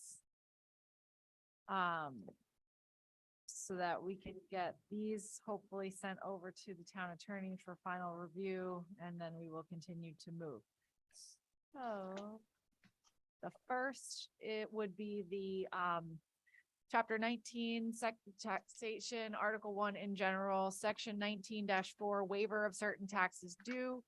So this would be waiving any bills that do not exceed $5. The exact verbiage is the town of North Stonington's tax collector is authorized to waive all taxes due in the amount of $5 or less, provided the original tax bill did not exceed $5 in accordance with Connecticut general statutes. Amen. That sounds fine with me. That sounds fine with me. Right? and- Any comment? No. Okay. At the last meeting, we had discussed a $5 administrative fee for DMV clearances. Did you want me to draft that, or is there an appetite for that to be? I don't have a problem with that at all. I mean, it happens And then we have to do all the paperwork and pull all the paperwork together to try to make it work. And then we try to do it as quickly as they can, because usually the person standing at the DMV doesn't understand why their car can't be registered. So Doesn't the computer do that? Don't they just clear it? So there's the initial process to put it all on, which is a mass upload.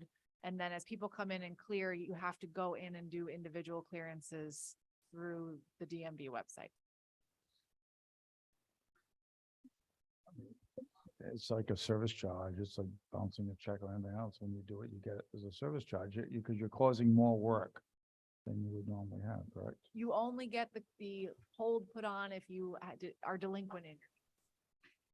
So, but we don't have to, we can look at it at a future town meeting. It doesn't have to happen yet. We can do these small incremental changes, whatever you guys want.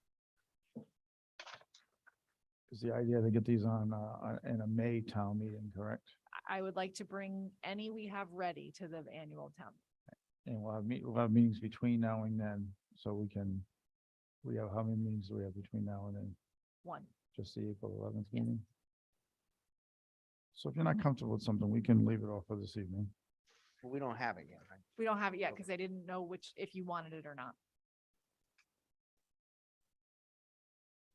Well, let's just add it to the April 11th agenda. No? I need to write it. So if you want me to write it, I'll write it. Oh, I say yes. If this is, just so that I'm understanding, this is like a service charge. It's a $5 administrative fee that you would be, so a delinquent taxpayer who is Yep. coming to pay their taxes, their motor vehicle taxes so that they can get the hold released from DMV. Yep. Would have a $5 fee. So why don't you write it? I'm fine. I mean, the worst thing that happens is you write it, then we vote no, but at least we'll have it. And then the next one is cannabis. So I took my best guess at what this would be. So I think it would be chapter 21, cannabis. Article 1, prohibition of use on town property. I borrowed this verbiage from East Granby, and I did ask, It was very Brett-like of you to go to another town and yes. So I did ask if, because they have a violation of this section shall be punishable by a fine of $50 per offense. So I did ask that if our troopers could enforce that, and they could, because it's violation of town ordinance, so they could write a ticket for that. So how do you all feel on that? If I don't have to read the whole thing out loud, I'd rather not. Nicole, Brett, any comment? I'm fine. Good with it? Then the next section, so I will send both those to the town attorney for verification to make sure everything's good. So we have it ready for the town meeting. So then on the next one, I put in the verbiage for the 2 ordinances that have to do with vendors, hawkers, and solicitors, and I highlighted anything that was conflicting or not in the other one. So in the section 6 ordinance, where it talks about the issue of the issuance of the permit and the duration, that covers the good moral character section that is highlighted in section 1522, good moral character. I think that was just a language update since the original was written in 1974 and the update was in 2005. So I think really we can go with either. I think you just need to decide which one you want to, they are word for word the same. So I would just recommend that we repeal one of them, just so we don't have 2 ordinances that say the same thing. Christine, how does this, I know we spoke about changing some things because of the No Stow Fest and the farmer's market and some other things that had happened. And looking at, I think Stonington did it one way and some other towns did it one way. This just keeps us where we are now, clearing up where we are, but Right, so doesn't then mean we we would- can't change We something. would, now. once we pick which one you want to keep, then I will add a section about, 1-day events. But I think we also have some confusion on this because we administratively issuing these permits, I interpret it that it's public streets and town-owned. Enough of the Something is bullshit. happening at an established business in town and they're having a food truck or a vendor on their property. I don't think this is in effect. So if the congregational church wanted to have something, they've never come to us for a permit, but this has come up because of No Stow Fest and because of, Because didn't the library have an ice cream truck last year? And I think John Edwards is doing away with some of his concerts and doing a food truck like every week. Yeah. Every weekend he's doing a food truck. so this year. I think this is if somebody is doing something at the rec area, if something's doing something at Hewitt Farm, or if they're doing it on the actual physical street, that they need these permits, or the typical Trinity Solar going house to house. But as far as these actual events, I don't think we need to worry about it. And I know Brett and I have spoken before about the farm market. A lot of the vendors there, if not all of them, are exempt because of the exemption statute for that's cited in here. I know Jen was concerned about No Stow Fest where they had all those different vendors and if they're paying a permit fee and they're not gonna make much money anyway. So I have some verbiage to just add to this. So are we at that point or do we I think have we should to pick which one. agree on one? And then we can add to it. The one that was, there was one that was done after, right? And that was One was one the that- 2005. yeah, Two thousand five was the section 6. Right, which then I feel like when you look it up, the other one wasn't taken out. Right. And That's, it's that's like- exactly what we're trying. So Right, so we should, get We're rid of, cleaning up, hopefully we're get rid cleaning of it up. 15, chapter 15 peddlers and solicitors. And keep the one that falls under the business section. right, so. Yeah, because I mean, it's almost vendors, word for word. hawkers, They just there, cleaned there's it a up. difference in titles, peddlers and solicitors. Mhm. So, So yeah, so get rid of the one from 1974, Okay, so we're gonna, because that's what should have happened. So once we changed an ordinance in 2005, they should have just They changed should have whatever done- was in chapter 16. Exactly. They shouldn't have added in a whole new, but. So, okay, so that's. So we're that's- keeping the one from 2005. Right. Vendors, hawkers and solicitors. right, And so we're gonna then- get rid of chapter 15 and then Brett's gonna tell us what we should add to. Well, there's a chapter few 6. things that Yes. I think we could discuss quickly. So I looked at a bunch of other towns. So we don't talk about solicitors really in it, and I think we should. So this one's from Old Saybrook, which I liked. And they have a purpose, and the purpose of this is to prevent fraud, crime, unethical, dishonest business practices, and general protection of the community.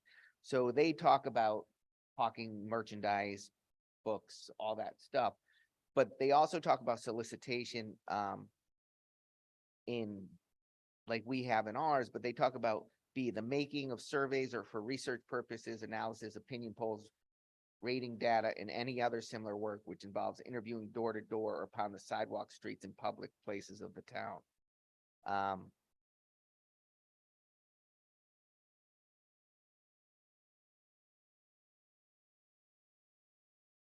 I think that's a nice one to put in.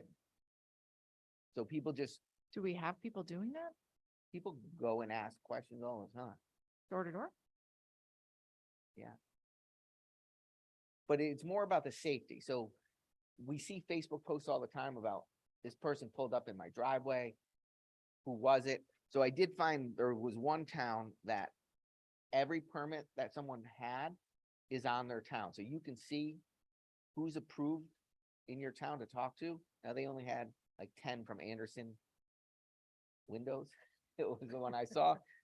But also they talk about, so that was one part of it. And then So wait, Brett, where would you put under that? solicitation,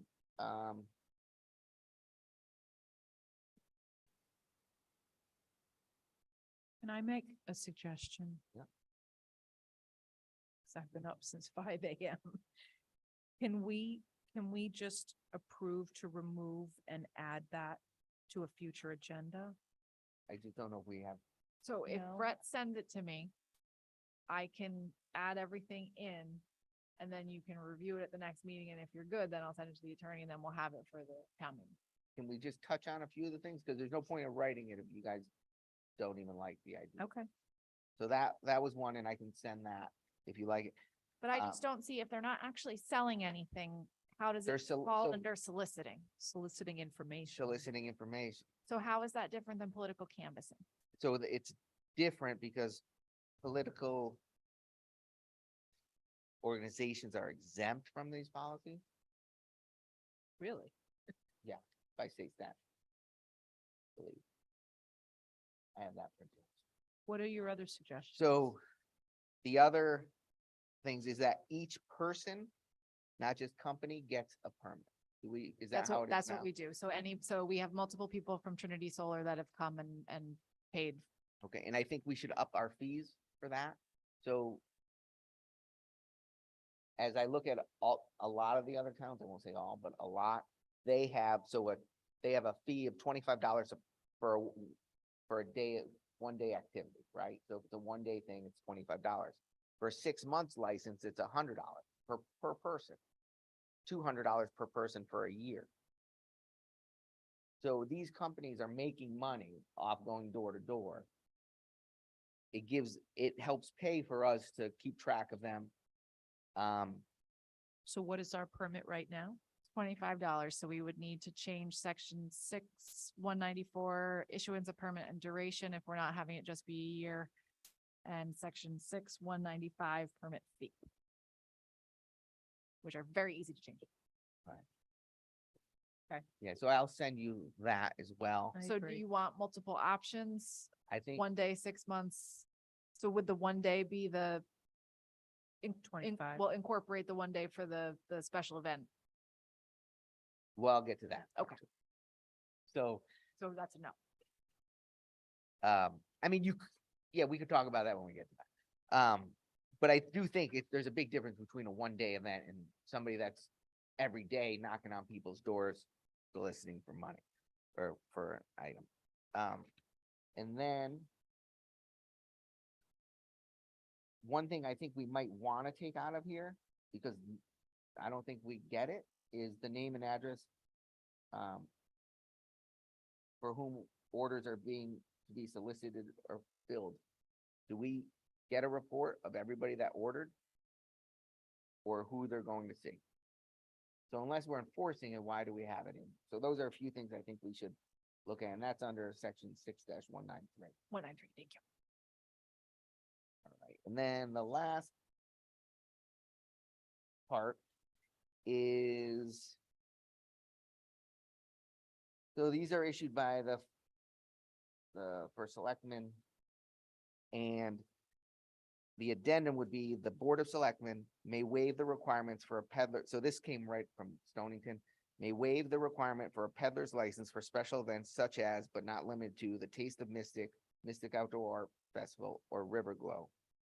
Peddlers working in conjunction with the event organizers are part of the event organizers plan will be exempt as long as waiver has been granted to the event organizers by the board.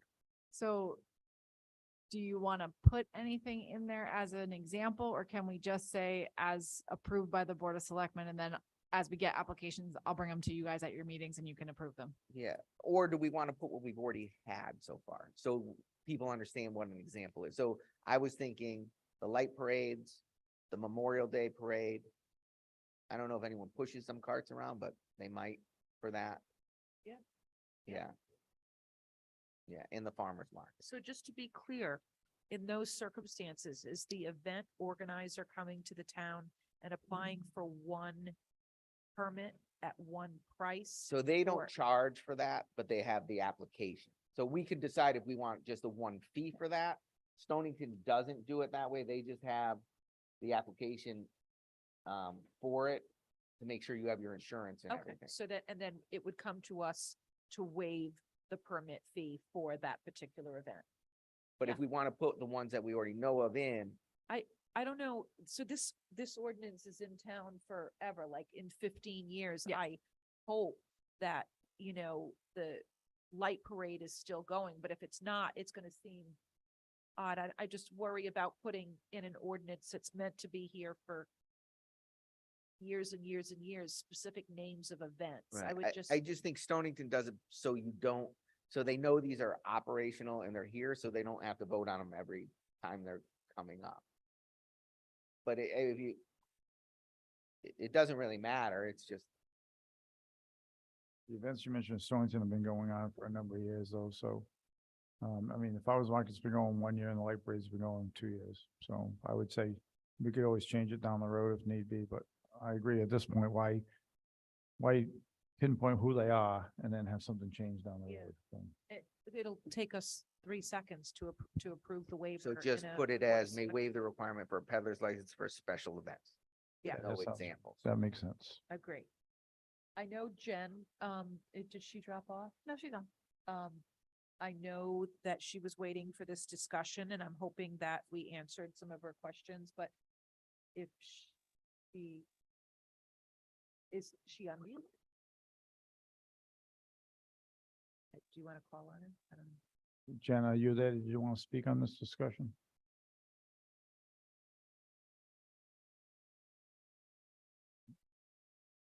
Jen Strunk, are you there? I'm muted, but Oh, well, maybe she stepped away. I'm hoping that everything that we just discussed is what she wanted to comment on, so I think it was. I think Yeah. she's looking for a special waiver. waiver Yeah. for a special event. So Okay. Brett, you'll send me all that. I'm gonna give it to you. I have a copy. Do you have a comment, Carl? Yeah, Carl, Well, you could just go. Carl Johnston. One thing would be, as long as I didn't lose my thought, the combination of one person in charge for the whole, like, no cell for Jen is maybe ask her just to have a list of who is under her permit for that one thing, but don't charge everybody. And then what was the other thing? I think she came in before and talked about doing a permit fee for herself as the Right, organizer. and And then, then everybody else would be under that permit. Underneath, yep, So she'd have to collect $25 from each person. That But would. I agree to have a listing of vendors so that we know. who's Yeah, in. I agree. um, Yeah, thank you. Jen, are you, back? She just texted me, her mic isn't working. Please tell them I'm happy. That is exactly what I wanted. Yes, that's fine God too. bless her, she A hung in list, there, a list is reasonable. All right, so, hung I in know what there else. for almost 4 hours, and now her mic doesn't work. one other thing, Bob. yes, go ahead, Um, Carl. To Brett's point that it has to come before all three of you would be excellent, as long as everybody knows what's coming up the week or two before, but your meetings are every 2 weeks. So how would you address somebody like, say, I got a special thing coming up and I want to come get a permit, but it's for tomorrow or 3 days from now? How would you guys address? You would actually have something coming up that you would not have more lead time than 2 or 3 days? I don't know. I would be, because we plan, but once in a while, somebody comes up with some. So the permit, so if you look at this, the permit would be issued by him, but the waiver of a fee would have to come in front of the select. Okay, that clarifies. Thank you. So we could pay that, you could do the permit and we could charge you a fee and then you can get the fee waived after the fact, right? All right. All right. We ready to go to Brett's favorite? Go to tax refunds. I have so many papers out in front of me right now. See, I was organizing, you're making fun of me, but now who's, Okay. I'll make a motion to approve tax refunds in the amount of $2,563.59 to Hyundai Lease Titling Trust, Stephen Lamar, Loretta LLC, John Parker, and James Wolf Jr. I'll second that. okay. Any further discussion? Okay, if none, all those in favor say aye. Aye. Aye. Perfect. Nicole, Yes. you're up. I make a motion to approve the Board of Selectmen Minutes from March 14th, 2023 at 6:30 PM at the North Stonington Education Center and via Zoom as written. I'll second. Okay, any further discussion? Hearing none, all those in favor say aye. Aye. Aye. Okay, tax fund. Public comment. Is there any additional public comment? None? Okay, hearing none. Our next meeting of the Board of Selectmen is Tuesday, April 11th, 2023. It's around 8, not mandatory. I will be here, however, to present amended budget to the Board of Finance. It's a 7 o'clock meeting. Do I hear a motion for adjournment? I would love to make a motion to adjourn. Second. All those in favor say aye. Aye. Aye. Huh? The time is, I got 10:03.